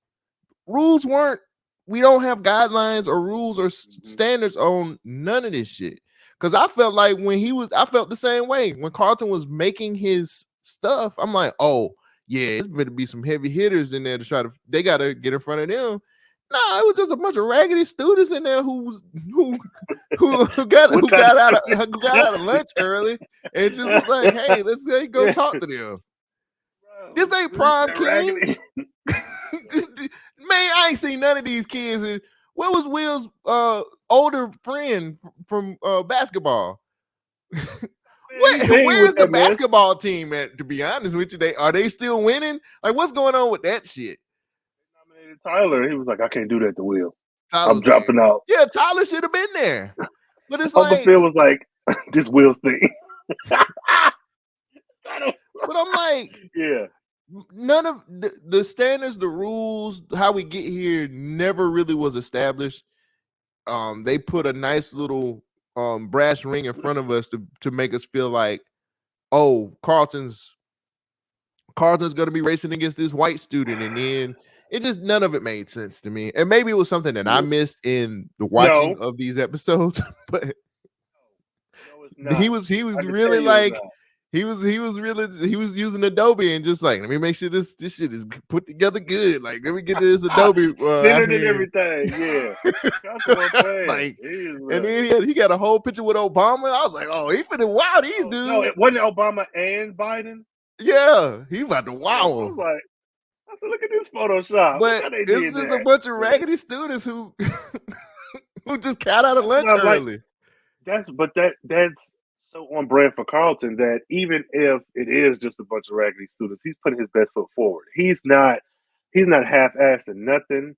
He got his speech together. He rehearsed everything. Like, Carlton really, that's what makes me so mad, because on the one hand, it's like he's this stuffy, wealthy black kid, and he's a particular wealthy stereotype. But then on the other end, it's like, but he's also doing the work to get the stuff done. So yeah, it can be like, oh, he's wealthy, he could do this, but this is the season when he's trying to adapt and he's so trying hard. To, like, I'm like, look, man, like, hey guys, I'm black too, and I'm cool. Like, okay, can we go ahead and get to this? Get in. Who shot the video and who sold it to Drew? Because I went back and looked at that episode. Drew wasn't nowhere in that episode. He wasn't nowhere in that locker room or nothing. Where'd he get it from? The episode, Peacock shot that video, and then that, because like, what the fuck, the angles, clarity, like, that was not cell phone footage. You can manipulate video to look like it's old. Them angles, bruh. That shit looked like it was so professional. It was ridiculous. Oh, Drew went back in time and said, look, we need to ruin this nigga. And the thing is so weird, like, he doing all this and he not even doing it for himself. Drew, do you not? But whatever. Yeah. What's his motivations? Because Lisa's still. He hates Carlton. She went on a date with him. She agreed to still see him because she's not loyal. You said that. We know you said that. We not look, nigga. I ain't gonna hold you. Cole said that.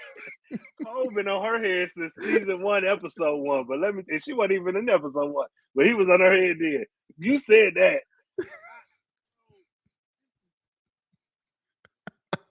Making the BSU seem like good people. And I'm not even saying just because they're black they need to be good people. But I'm like, what are y'all trying to say about these kids? Because they are horrible, all of them. They are terrible. I just want to know who sold the footage to Drew. Where did Drew get this footage from? Who? Do you know it was a ton of motherfuckers in that locker room? Did he ask everybody in that locker room?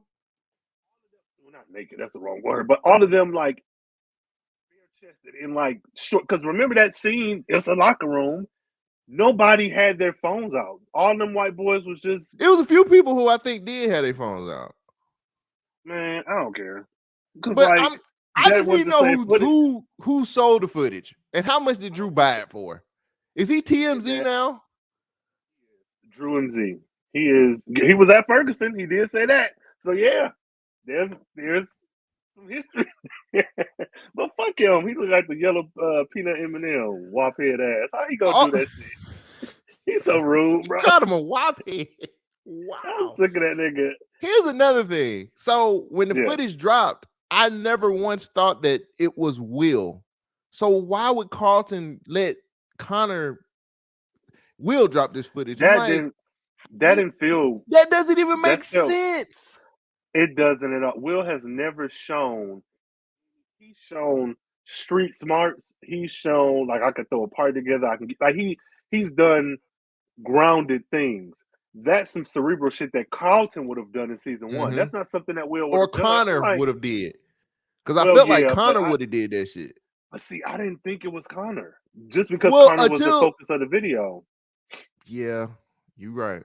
Because I was like, because to me, I think Connor, okay, I don't want to seem like I'm soft on him, but it feels like he honestly does have more of Carlton's interest in mind based off of their relationship from before. Like, I know you're dealing with it, even if the drugs, we get that, that's bad, don't give him drugs, but it does feel like Connor has more understanding about how Carlton operates. And even with the conversation, he was like, yeah, if your hip-hopping cousin didn't come in here, we would have had a like, he was very much, however, delivery, I don't think Connor has lied about hip-hopping cousin. I don't think he's lied about anything this season. Like, I truly believe, I believe in how genuine he is, even though he's an asshole. I don't have anything against Connor in that regard. So I never thought it was him because I'm like, two birds with one stone. Get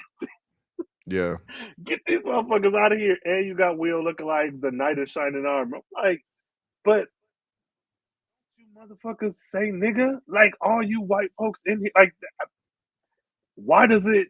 I guess I get keeping up appearances, but I was like, this is weird. What's weird? Studio grade footage of this season 1 event, and yeah, much to your point, why would I think it's Will? Yeah, I didn't. He was like, your your breakdancing cousin came in here. And they rooting for the rest of us. This your little Tootsie Slide cousin came in here, doing this shit. I was like, what? And then Carlton was like, when you were flailing up there, now the video pops up. I'm like, and you look like the good guy. I'm like, but how? Yeah, I'm with you. Well, he tech savvy, but he ain't no mastermind. Like, just let this nigga play ball and just get him out of this shit. Like, good Lord, just let him. Yeah, because honestly, we didn't need Will in this. Like, this could have been Carlton and Connor's storyline. There you go. We could have got more. We could have got more of Connor. Not that I want him, but I do think with him being such a pivotal part of season 1 and being Carlton's only friend or main friend, that would have been a cool back and forth. Like, man, I'm going up against Connor. And then if we're going to lean into the whole race element, like, I'm trying to be down with the black folks in BSU. They gave me the nomination, but like, I have to code switch to beat Connor, and that's not staying true to me, this new me. We didn't need Will in this. Or same thing, video still drops. Drew still drops the video, and we still have a conflict between. I mean, it's just like, well, they're in cahoots with each other, and then Carlton having to prove himself a lot more, which could still put him under the same pressure, which could still give us the same ending, and kind of just being like, well, it looks like we might be screwed, buddy, and just having it to the point to where Carlton wants it more, and so he figures out the way to get to it, or he folds under the pressure. You get what I'm saying? Like, the video still could have dropped. Will could have still been hooping or doing it. Like, I agree. We didn't need Will to be the third wheel in this, but We they got want enough him shit to going be on. charismatic and shit. Like, man, who nigga just go play ball, bro? Like, just do that, And man. another thing, we didn't need this. The time we spent with Will and this could have been spent with Will and his teammates. Because when they showed up in this episode, I was like, who are these niggas? Why are we hanging out with them? What is this? Well, it was the This first they two was dudes that started going at him when he got there. yes, that's what I'm saying. Like, if had you developed back and forth rivalry, but I called it in the beginning, didn't I say they was gonna be arguing and then ultimately become friends and win out in the end?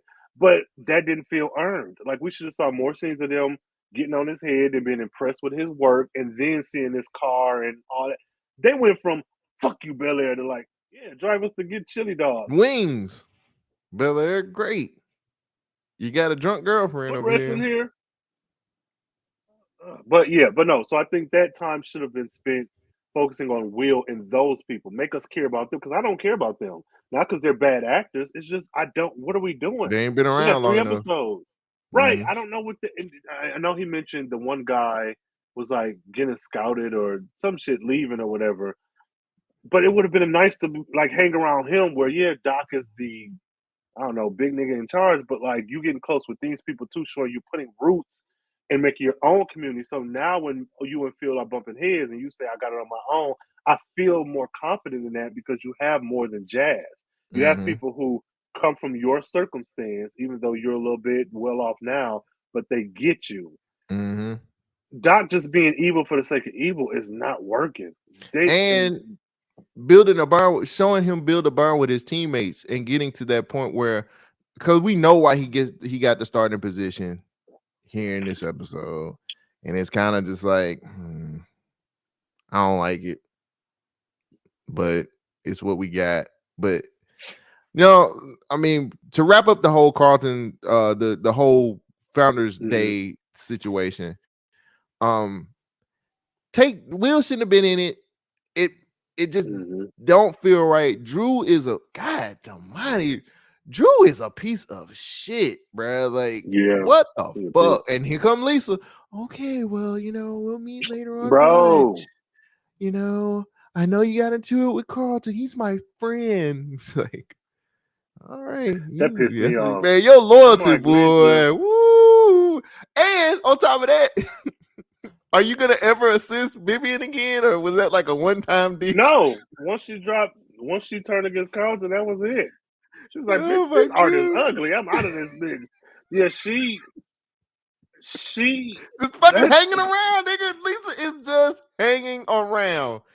I'm yeah, so tired of her. I'm not. This Drew stuff really pissed me off. And it's not because of Lisa being like, oh, I don't think she need love or deserve love. It's the fact that y'all went out of y'all way to have her be mad at him because of his treatment of Carlton. Like, she was opposite of like their morals and beliefs did not align. Mm-mm. So even taking Carlton out of the equation, if he did the same thing with Will, or he did the same thing with Yasmin, or did the same thing with somebody she cared about, this should have been the same reaction. I'm not fucking with you because you are vindictive and manipulative. And if you can do this to somebody who you don't like, not to say you're gonna do it to Well, me, she don't but know what's yet. stopping you from doing?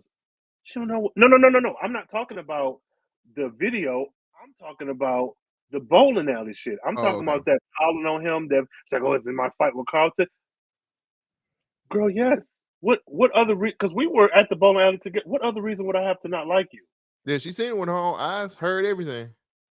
She was literally right there trying to break it up, and I feel like they don't know what to do with this character. And regardless to your feelings about her, I still feel like there was a place for Lisa in this show. Like there are things you could have done with her if you were going to include her. This She's feels too weird. early. She's too This, early. She can't. They put her in the show too early.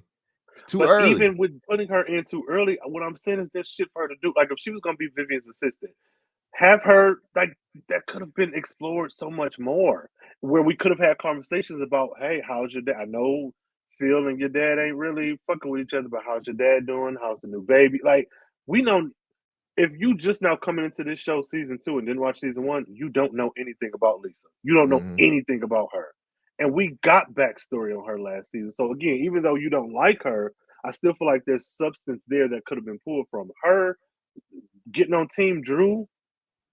sis, what are we doing? You did not have loyalty for Carlton at the protest.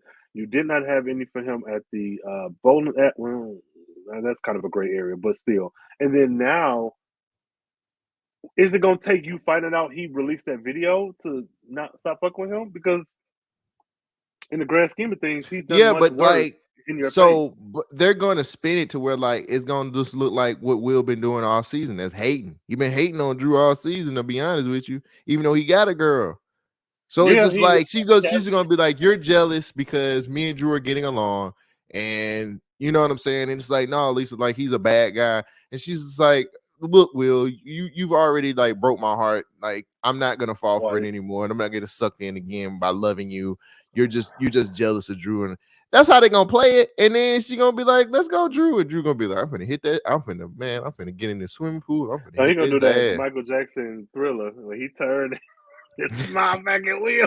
He did that. He did. Yeah. He called him, all right, William. I was like, this is so. Yeah, so fuck them. Fuck the BSU. Fuck them. Lisa ain't loyal. Phil ain't loyal. Where's the president of BSU? I ain't seen her. Yo, Yasmin at. I thought she had something to do with it. Evil. Ooh. Evil person. She's not a good person, bro. She's terrible. I'm not even saying you gotta hold Carlton's hand and be this and baby him. Because you're not dating him, you know, he's just a part of BSU. But a lot of stuff that she's doing feels vindictive. And it feels vindictive. Like if right now you logged out of the show, I'd be like, damn, where the fuck you go? But if you come back later and be like, man, I got anxiety. This is too much for me. I've been sitting here too long. I can be mad that you logged out, but like you've given me the reason. I'm not gonna then next episode have you on, but then bring us somebody else and then delete you from the. Like, that makes no sense. Her actions don't make any sense. That's why I said the BSU.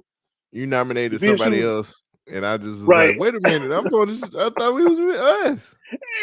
No, like, I decided to nominate somebody else to be the co-host, and this is gonna be cool.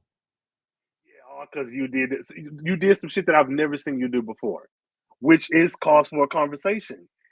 That's the BSU they're evil. Yasmin and Drew. Tell you, that ghost slave woman. It's that ghost slave woman who did that. She manipulated like, I ain't seen her since. My plan went exactly the way I wanted it to go. Yes. She's living in the walls. Yeah, she's like, can I get into heaven?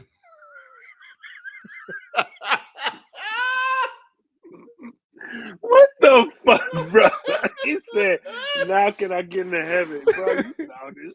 You is childish, but you're not wrong, because she ain't been here. I think she went to Chicago. She was a ghost. She was the ghost. She was a ghost from slavery time who just hated when black folks got together. And she was just like, I'm gonna ruin any type of BSU activity that's happening in this school. I'm gonna ruin it. And I'm gonna put them against each other. No, that tracks. That's actually the C plot. Where's she at? That's my head canon. It's mighty funny. She was in that room and then nobody else react to her but Carlton. Mighty funny that when she was walking down the hall, she was only talking to Carlton, and Carlton was just like, so you mean I can get this nomination? You got the nomination, Carlton. I haven't seen that woman since. Hey, when they was in that office with the principal, she probably said something, but I don't think Yasmin. I don't think so. So you're right. When they went to negotiate the stuff, like they weren't really paying attention to her. She was like far in the background. I'm trying to tell you, that one was a ghost. Hey, y'all, go back and watch episode 3 and let us know. Is Miss Evil, Miss Jim Crow, is she a ghost? She is. I'm trying to tell you. We ain't seen her since. She's supposed to be getting up. She was like, because remember, Carlton was like, oh, so she was like, I'm up for a good position, a better position in the school. Where's she at? Did she get her position? What happened with all? See what I'm saying? There's a whole lot of stuff going on, but I ain't seen her be around. Her spirit passed on. Yeah, in the dead type shit. Yeah, yeah, bro. She's like, I'm just gonna wait till the next iteration of BSU come back, and I'm gonna hunt them too. When Ashley comes, when Ashley finally in high school, she gonna ruin that shit too. This is terrible, man. But yeah, I think that's what happened. I agree. Yeah, she was terrible. Everybody in that organization sucks, and they don't. These kids are never in class. So, yeah, who we got next? Do we want to move Let's to? go. Wait, let's get on this storyline with Will and Jackie and Doc, because we come to this revelation that Jackie is a drunk. Who knew? She's a drunk. This is stupid. We didn't need this. Now look, how do we go from Jack? This is technically just two different seasons. How do we go from Jackie being like, I go to school, I have a 3.79 GPA, I'm trying to get into the dance class, Harlem dance school, I'm doing it, and I still have a job, and I carry all this to going to a party, and she drunk as fuck, and Doc was just like, yeah, like she done gone through a lot, Will, and I had to take care of her, and this is one of her problems. She's just a drunk. Like, she's in high school. Get her some help. You run a multi-million-dollar religious basketball camp. You have the money. What's happening, Doc? I said, wait a minute. She was excelling so well. She do all of this shit, and she got time to be a drunk too. What the fuck?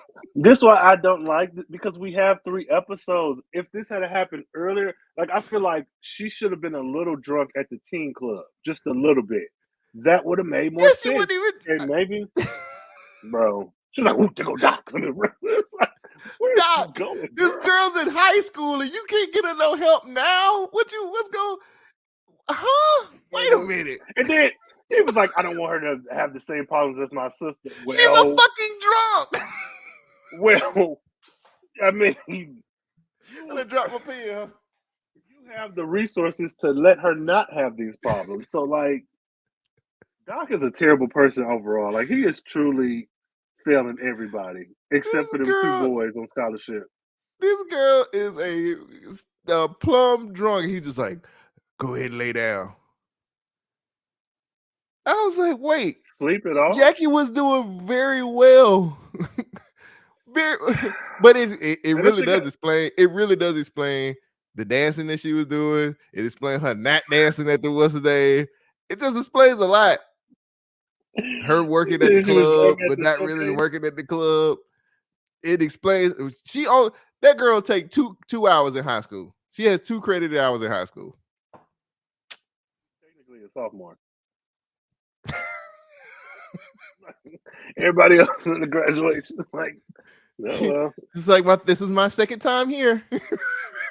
Like, I know Doc is terrible. Like, for all this to happen, like, it is established that he has money, even if it's ill-gotten money. He has money. I get that you can control what your children do. Like, they can sneak out and do whatever. But at some point, if you can acknowledge, he literally said, "This is her." Yep. This nigga know. Yes, that's what I'm saying. If you are aware of this, and it's so weird because on one hand, the Banks is getting Carlton, and like, he's a kid, and they're like, yeah, they may be more wealthy than Doc, but like, there's programs for everything. If you have cancer, if you have diabetes, if you have dyslexia, there is a program out there somewhere. You just need to Google programs for X, and you'll find it. The fact that Doc was like, her quirk, she is passed out drunk. And what's making me mad about this storyline is that had we have got it sooner, then we could kind of lead up to it. I don't want you trying to force in, oh, she was sexually promiscuous, or oh, she deals with bipolar disorder. Oh, I don't want you to try to cram all that in these last 3 episodes. We already got so many people we dealing with. You mean like her being a drunk?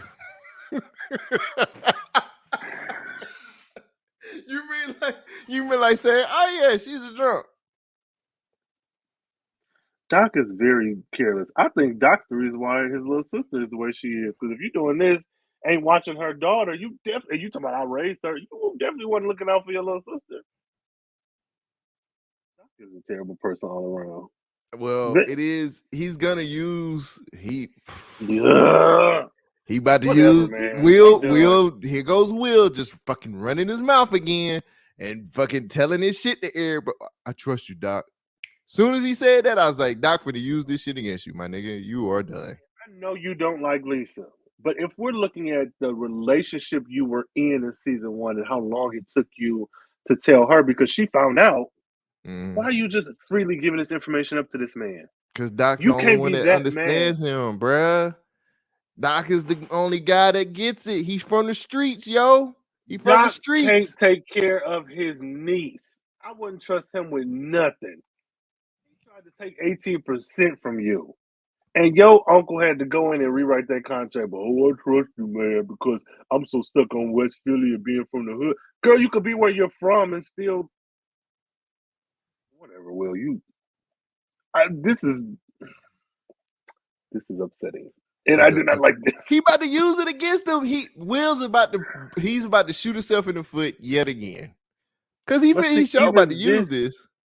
This should have happened sooner. Like if this where we were going, this should have came out sooner so that we as the audience are like, oh, he gonna use it, and then he never does. Until like episode 8, where he was like, well, I can. You mean like they did in such season 1? Even still, when they were trying to get him kicked out of school and all that, man. Look, bro. Yeah, and that's the other thing. Okay. I'm glad you said that because I tweeted like we've been through this before. This storyline is old. Just like Will and Phil arguing and Will told me I could do it on my own. We did this.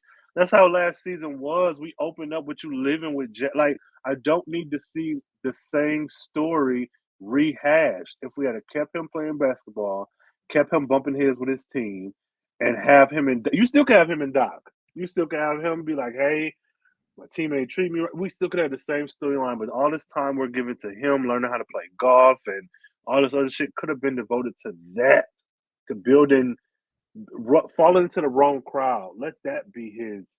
But the wrong crowd being a gray area because they're wrong from Phil's point of view because they're hoodlums and thugs, quote unquote. But then we see that they're like just kids who had a bad luck in life and they're just trying to do the best of what they got. Yeah, that would have been much more endearing. With homie at the party when he was just like, yeah, man, like I'm gonna get the scholarship and I'm about to take care of my family and stuff. You know what I'm saying? Like, yeah, like, oh, my uncle was wrong about you guys. Y'all are not like some thug niggas. Y'all actually just having a rough time.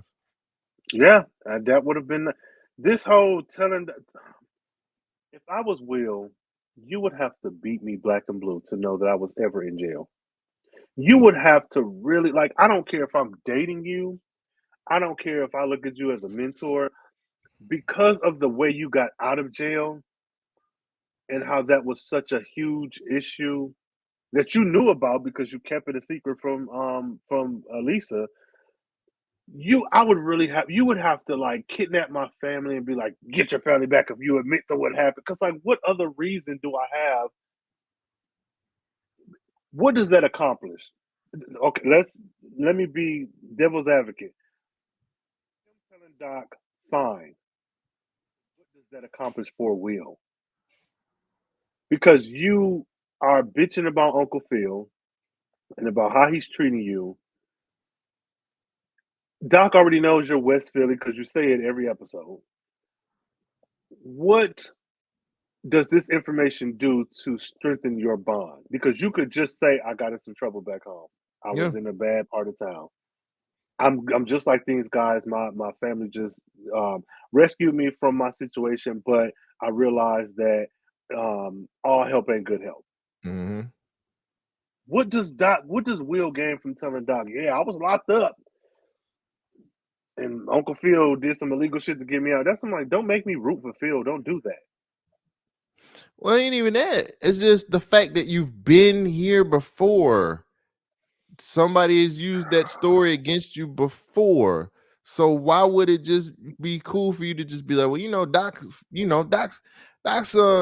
from the hood just like me. Like, nah, nigga. No. Don't tell on yourself, my nigga. Like if anything, you don't even want to. Niggas don't need to know nothing. They need to know at all. They just need to know that I can hoop. I came from a troubled past in Philly. I don't really get into, you a nigga know, hey, bro, I don't even want to really get into it like that because it's just some stuff that you just don't. It's some stuff you don't need to talk about. And it's not like Doc was just like, yeah, I went to jail. Doc was like, hey, I had to raise my drunk ass niece because my drug addict ass sister loved to fucking take crack. That nigga ain't said nothing about himself. He just was like, yeah, family is family. And it's just like, yeah, Doc, you right, because I went to jail. Wait a minute. Not, I miss my mom. My mom had to struggle, and none of that. Not, I lost a friend to gun violence. Didn't that boy die? Or was that, didn't he die? I can't remember, bro. That nigga came to visit. Didn't he die? I don't know. Either when I know he got bullied in the stand at home, like he might have so died. like, yeah, I think so. Listeners, let us know. Did Don Cheadle variant die in this series or not? But yeah, that's wild, bro. That's wild. That is. I know teenagers make silly decisions, but this ain't. I don't know, heating up too much spaghetti and letting it sit out because you really wasn't that hungry. This is life changing, and we've been through it before. So yeah, that's what I'm saying. Like, Will's not a dumb teenager to not know that this hasn't happened before, and ain't really no time. We ain't really got no time frame from when he left the house to coming back into the house. Like, it might have been 3 weeks. It could have been 2 months. Right. So this can still be fresh. Yeah, he's weird. Whatever. He's portrayed really weird this season. And what? Okay, I know this is a show and you got actors and people's schedules and whatnot, but he ain't had one conversation with his mama. I don't like that. I do not like that. I'm like, bro, you ain't had one FaceTime call. It don't even have to be one every episode. Like, you couldn't be like, hey, mom, I got into this academy thing. She working. Ezekiel she working hard basketball still. camp. Bro. She working hard. She working real hard. And that's far West Coast and far East Coast. The time difference is too big. To talk to family? No. To talk to your mother? Didn't he say in this episode? Yeah, I want to get my mom. I stay with my mama. I want to get She's like, man, I ain't talked to my mama in 4 months. When was season 2, episode 10 again? A month ago? 2 weeks ago? A day? God. Yeah. It's fine. I talked to her. It's cool. She died. Like, she working. She worked the night shift. Meanwhile, so I can't really call her. Should have left you and raised Tom Swift. That's her baby. She got a new family. But yeah, so that's that. I don't know. I think it's silly. Whatever. He told Doc. Now Doc's gonna use it on him. But like, nigga, we got 3 episodes. What? And he got his starting position. He got it on the starting position side of things. Look at that. Yeah. Okay. I can't wait till Jackie be like, I didn't want you to see me like that. I just have a lot of problems.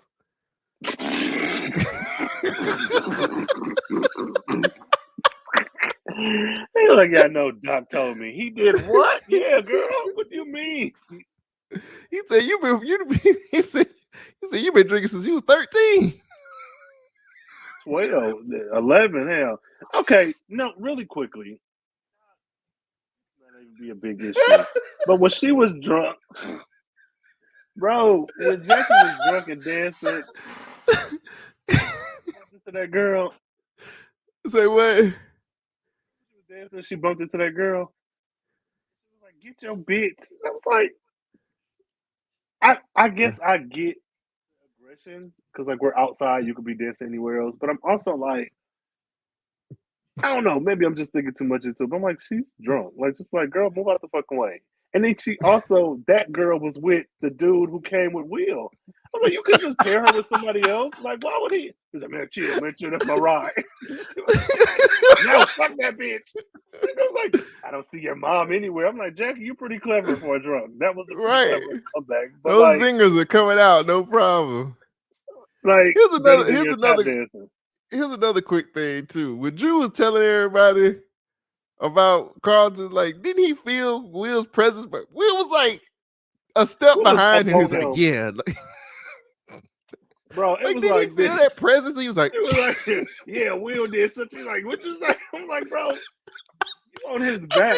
Like Carlton was on your back. See that nigga behind you? He directly, y'all niggas is literally bumping shoulders right now.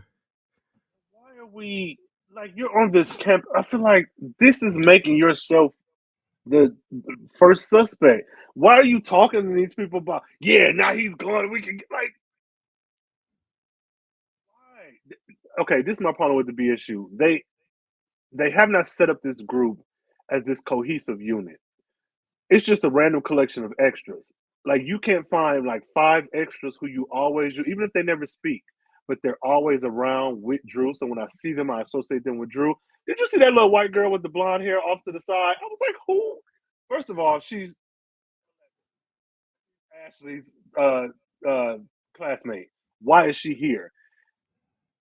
She was white. She like a little child. She looked like an elementary school child. And it's like, yeah, now that he's this exposed, Will's gonna win this. And I'm like, but why are you going on this smear campaign? Like, my next question is, did you release the video? Because nobody else is going this hard against Carlton. You are. You have a vendetta. He whooped your ass. Which how? No shade to Carlton, but like you're 6'8". What is? How did whatever? It makes no sense. If they had a cohesive Yasmin, Drew, Lisa, and then like 3 or 4 other people who don't speak, but they're always together, that would make more sense. Because now it looks like he's just talking to anybody who will listen. Like, hey y'all, Carlton sucks. Here's why. Get away from here. Get away from here, Peanut M&M. Get away from here. I'm sick of you.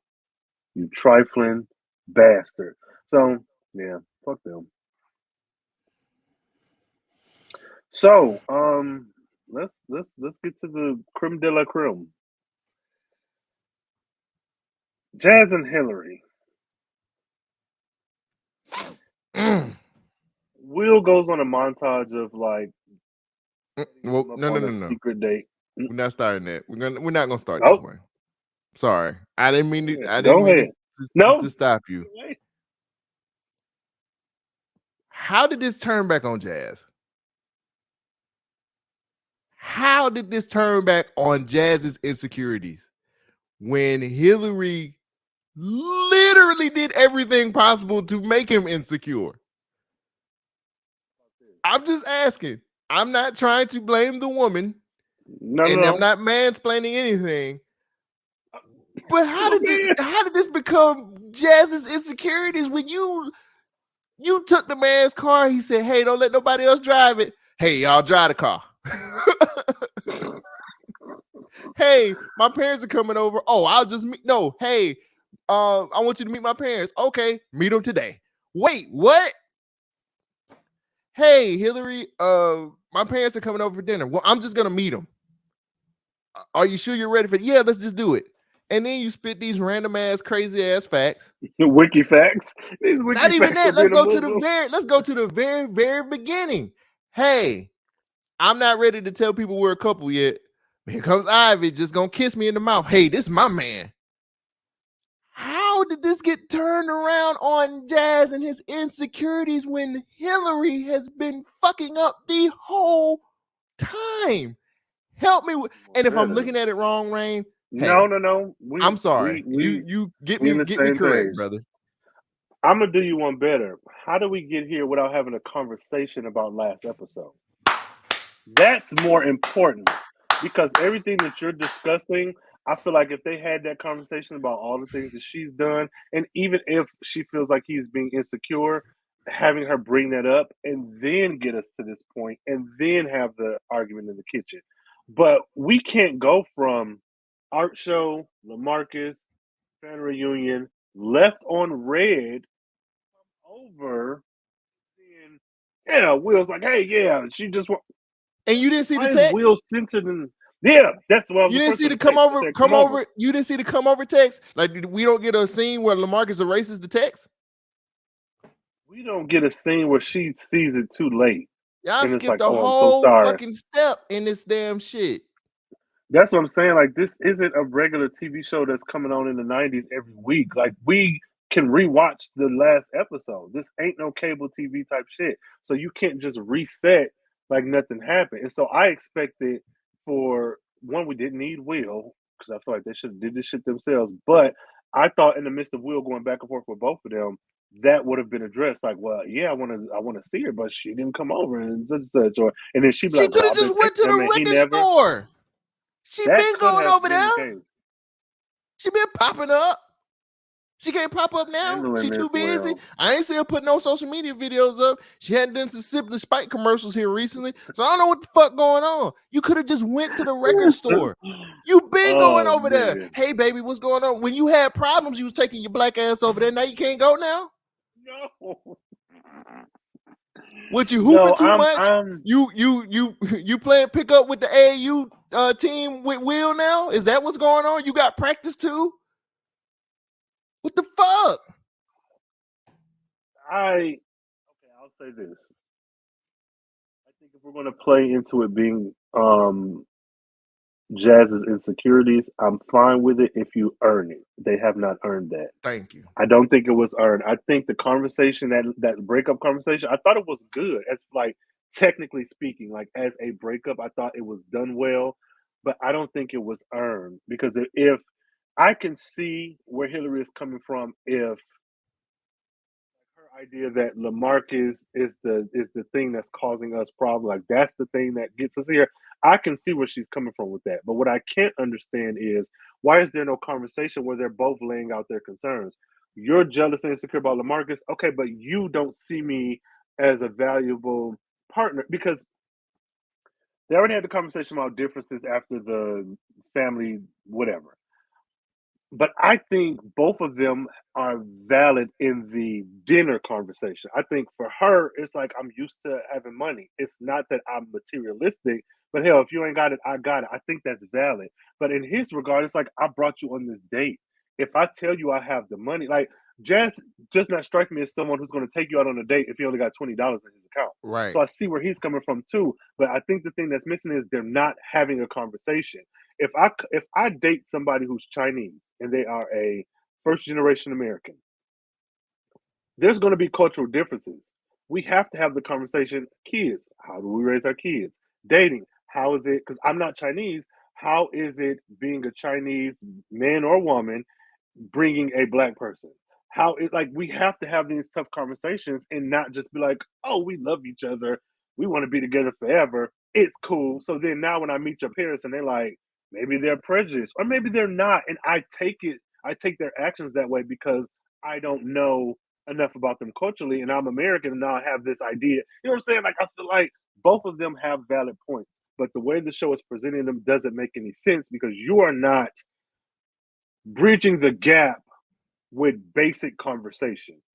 The fact that he's Muslim and it wasn't spoken about, I like that. But now, because him being Muslim becomes a tension point in that relationship or one of the pillars of them going downhill, it needs to be discussed. Even if it's a simple conversation. Jed, what if we ever got married? Do you think our kids would be Muslim or would they be raised Christian? He's like, well, I don't know. We'll cross that bridge when we come to it, but I'm pretty sure I would want them to be Muslim. And I think that's important because she comes from money. If it's nothing for her to just pay for something, then that should come up. That should be a conversation that they're having. So I don't think she's wrong. I don't think he's wrong. But overall, and what we've presented, I think she's wrong. You did a lot of shit to this man, but the show is missing big pieces of It's what a should whole have been. step. It's a whole. We don't get any answers about the text that he left from the family reunion. We don't have any answers of if she even seen the text. We just know she keeps saying, well, he's been very distant. He needs to step up as a boyfriend. I'm like, well, But he said, did come you over. did you go over? Like, did that happen? And if you went over, did y'all have the conversation? It's just like they just hadn't seen each other in weeks. And I'm like, well, then what was the text for at the end of Why have the text at all? Right. Why was that even a plot point? And then it's like, also, then it's like the whole LaMarcus thing. He has every right to be insecure because you haven't made him feel secure in your relationship. Oh, well, LaMarcus is just here for some followers and viewers and stuff like that. But then you leave your man standing to the side when your family is going over there sucking his dick for all intents and purposes. And then you're going over there just like, well, let me just, Jazz will be okay. Like you literally, and then he left. Come on, man. You've gone to this man's place, his business, several times when you were like, oh, I'm stressed out, or I'm trying to get this whole stuff going on. So you can't go there to talk to him about like what's going on. Like, you're not really that busy, Hillary. Like, let's be kind of correct, because I ain't seen no Simply Spike commercials just coming out of this whole situation. Hadn't seen you did The that. only one And then working. it's just like, it's like, how can somebody sit up there and be like, I'm tired of Jazz's insecurities, when again, You ain't been maybe around. I'm looking at it from a bad point of view, but you've done everything to make him feel this way. Everything. No. He hasn't done anything for me. Watching this whole Mm-hmm. season, he has done nothing but be supportive. He's been like, "Hey, you can do." I'm gonna continue to go back to this. The nigga went to get the sign for your black ass. What are you talking? What are we talking about? He Yeah, sat up there and stood up to the fucking dude who was trying to play you for your fucking social media presence in their house. What are we talking about? Kyle, punk ass Kyle. What are we Yeah, doing? there's a step missing, and as much as I love me some Coco Jones, I can separate her from Hillary. I got to. Hillary ain't making a good case for herself, and I think it's the show is not making. Yeah, there we go. Look, I can honestly sit up here and say I'm looking at it from a biased standpoint, because I want them to have a relationship on the show. I feel like that's a good twist from OG Prince, where they weren't. Mm-hmm. I feel like they should have a relationship, and I feel like we should see the differences of them being with money and without, like the differences that they grew up with, where she grew up Christian or whatever they are, and he grew up Muslim. I have money. Well, I don't have money. And it's like, they can figure if y'all want to put an element into it where there's a little bit of like argument, like, well, Hillary, back where I come from, we used to do it like this. Oh, well, I just let my butler do it. I ain't never had no butler. I ain't never had a Jeffrey before. You get what I'm saying? Or, let's watch this reference. Come on. Let's have a thin line between love and hate moment where he take her to the hood spots and she can get some food from the hoods, but she was like, oh wow, like I never knew about this. It's getting back to my roots. You get what I'm saying? Let's do that. Go away. Way that they're Go away. But the way that they're handling their relationship and giving us this breakup, and on top of that, what happened to the storyline between him, Phil and Jazz? We still never really found out how Phil felt about her dating Jazz. We never got that point. We never got to that point at all. Phil don't follow through with nothing. He loses races. I think it is the show is really dropping the ball with them too. Because even if you're going to give me a breakup, you have to give me a breakup. You can't just infer a breakup. Like you can't just be like, these are the reasons why. Because like you pointed out, everything Jazz has been supportive of not only Hillary, he's been supportive of Will, he's been supportive of the family, like the times that he's been around. Jazz is a good person. There's nothing in his appearances that makes him insecure. Like there's nothing inherently insecure about him. If anything, LaMarcus is insecure. You want her now that you're back in the vicinity of her, but you didn't want her when you were in West Philly. Like you didn't. And I get that he's a new addition to the show, so I'm not going to act like that's not the case. But even with his presence, and I will say she shut that shit down. She said I got a man, but for him to be like, oh, where is he now? She's looking so like, bitch, he not here. Just because he's my man, don't mean he up She my didn't ass make all sure the he was. time. She didn't take the steps to make sure he was there. Like I don't get it. No, I like get it. I understand that they want conflict in the show and they want to make us have this will they or won't they with Hillary and Jazz, but they're just doing it. You're doing it. Where's my camera at? You're doing it wrong. Bel-Air writing room. You're doing it wrong.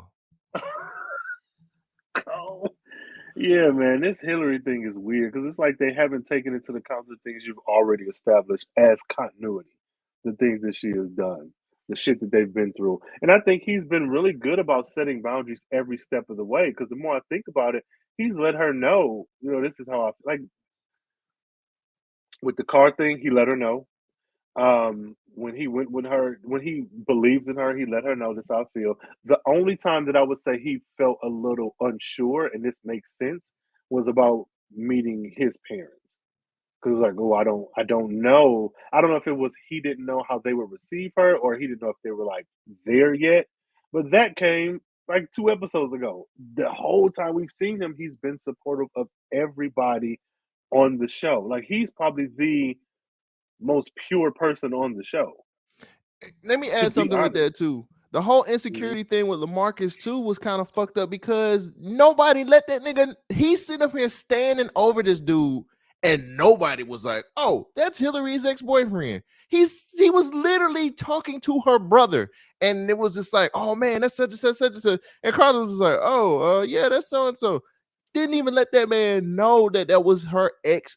So of course he's gonna be insecure. He's a fan of this nigga who play pro ball. What are we doing? What are we fucking doing with this show, man? Are you get out? Bring back BMF. Where's BMF at? Let me watch that. Put Carisha back on. Somebody put me on Stars. Where's Stars? Let me get my Stars out. Because y'all killing me this season, man. Bel-Air is really taking me through it with the highs and the lows this season. And it really ticks me off that they're doing these types of it's simple things in the writing room like this that could completely change the way some of these people look at this. Some people might like the way it is, and I might be completely wrong and stupid, and maybe I'm just looking at it wrong. But when you skip an important step like that to get to a breakup, and we've seen all the other stuff that came before it, as far as this text message that you leave us on a cliffhanger with, and then you come back and then now they're just breaking up because they say Jazz has insecurities. I got a problem with that.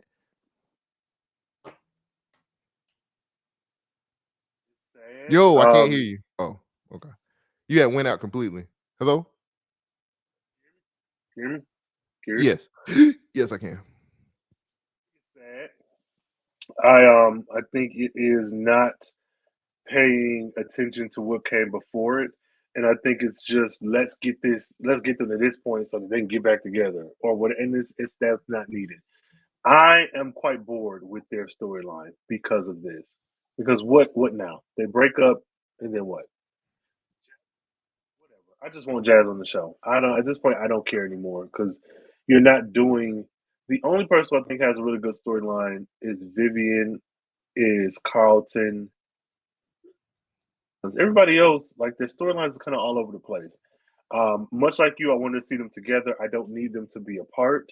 But if you're going to have them apart, do it in a way that makes sense. Because that whole gap of time that's missing does not do this episode any favors. I think that I'm not excited for next episode. Like I'm going to watch it, of course, going to finish up the season. But at this point, because we're so late in the game and so many things are changing, I kind of don't care because you're not giving me anything to sink my teeth into. You're not giving me anything like I grew up watching soap operas, watching primetime dramas. Hell, even the X-Men cartoon was like a soap opera animated.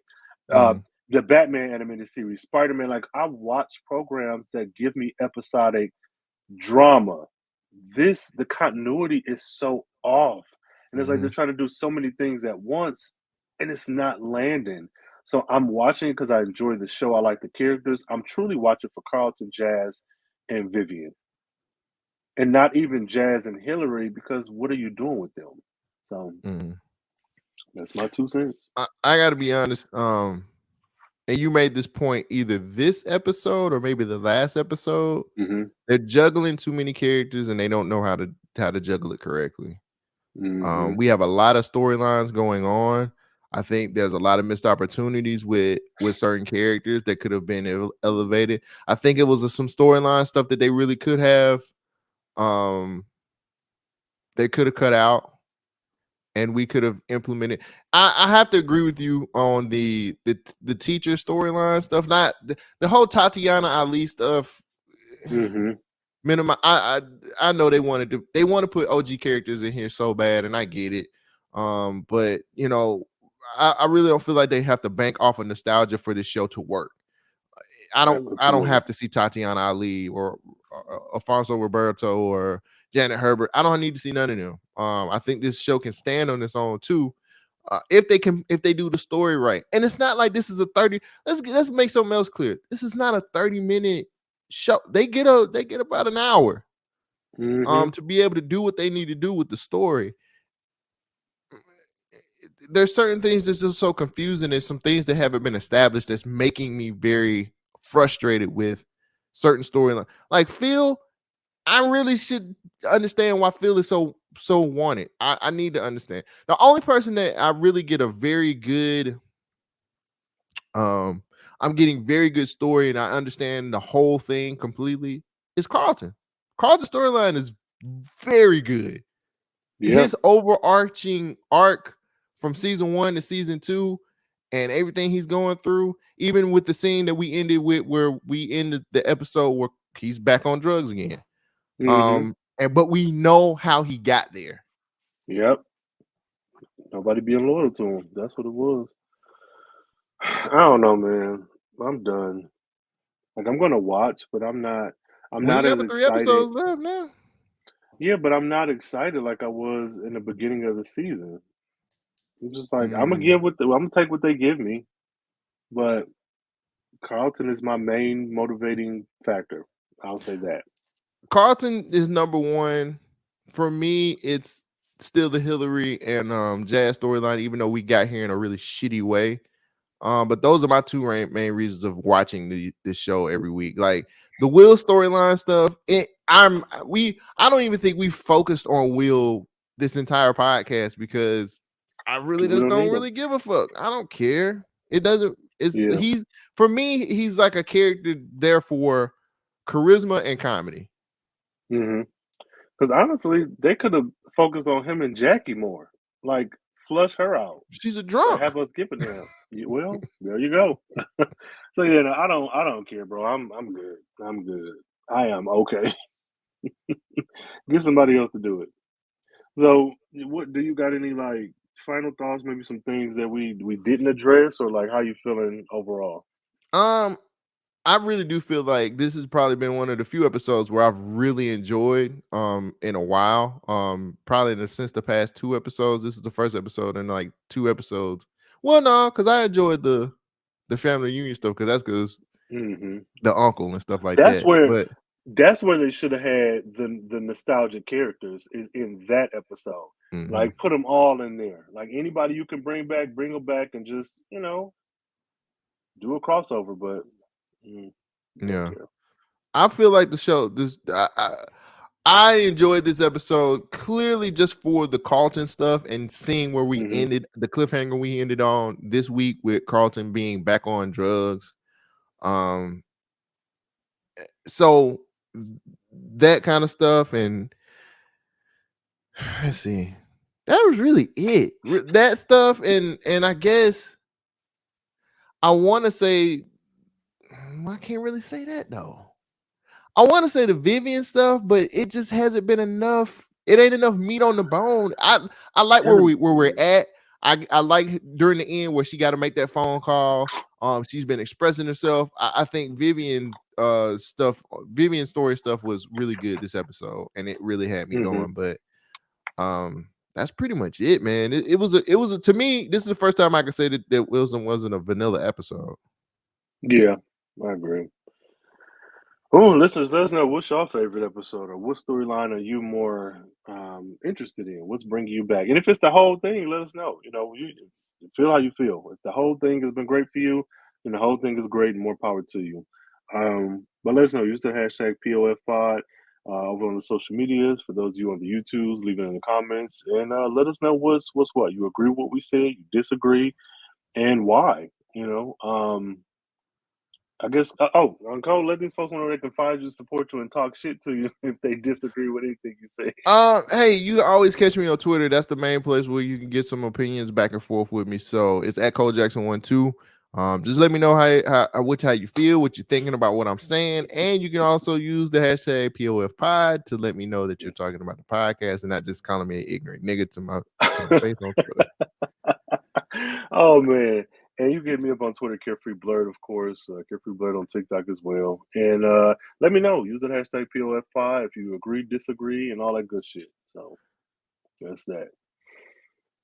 Thanks, Negroes and Negro adjacents and whites who are listening. Thanks, whites. So until next time, stay carefree, stay nerdy, stay geeky. And if you happen to be a closet drunk, don't spring it on your would-be partner randomly at a party. Like, kind of let them know a little sooner. Get the help you need. We're inclusive here. All right, y'all.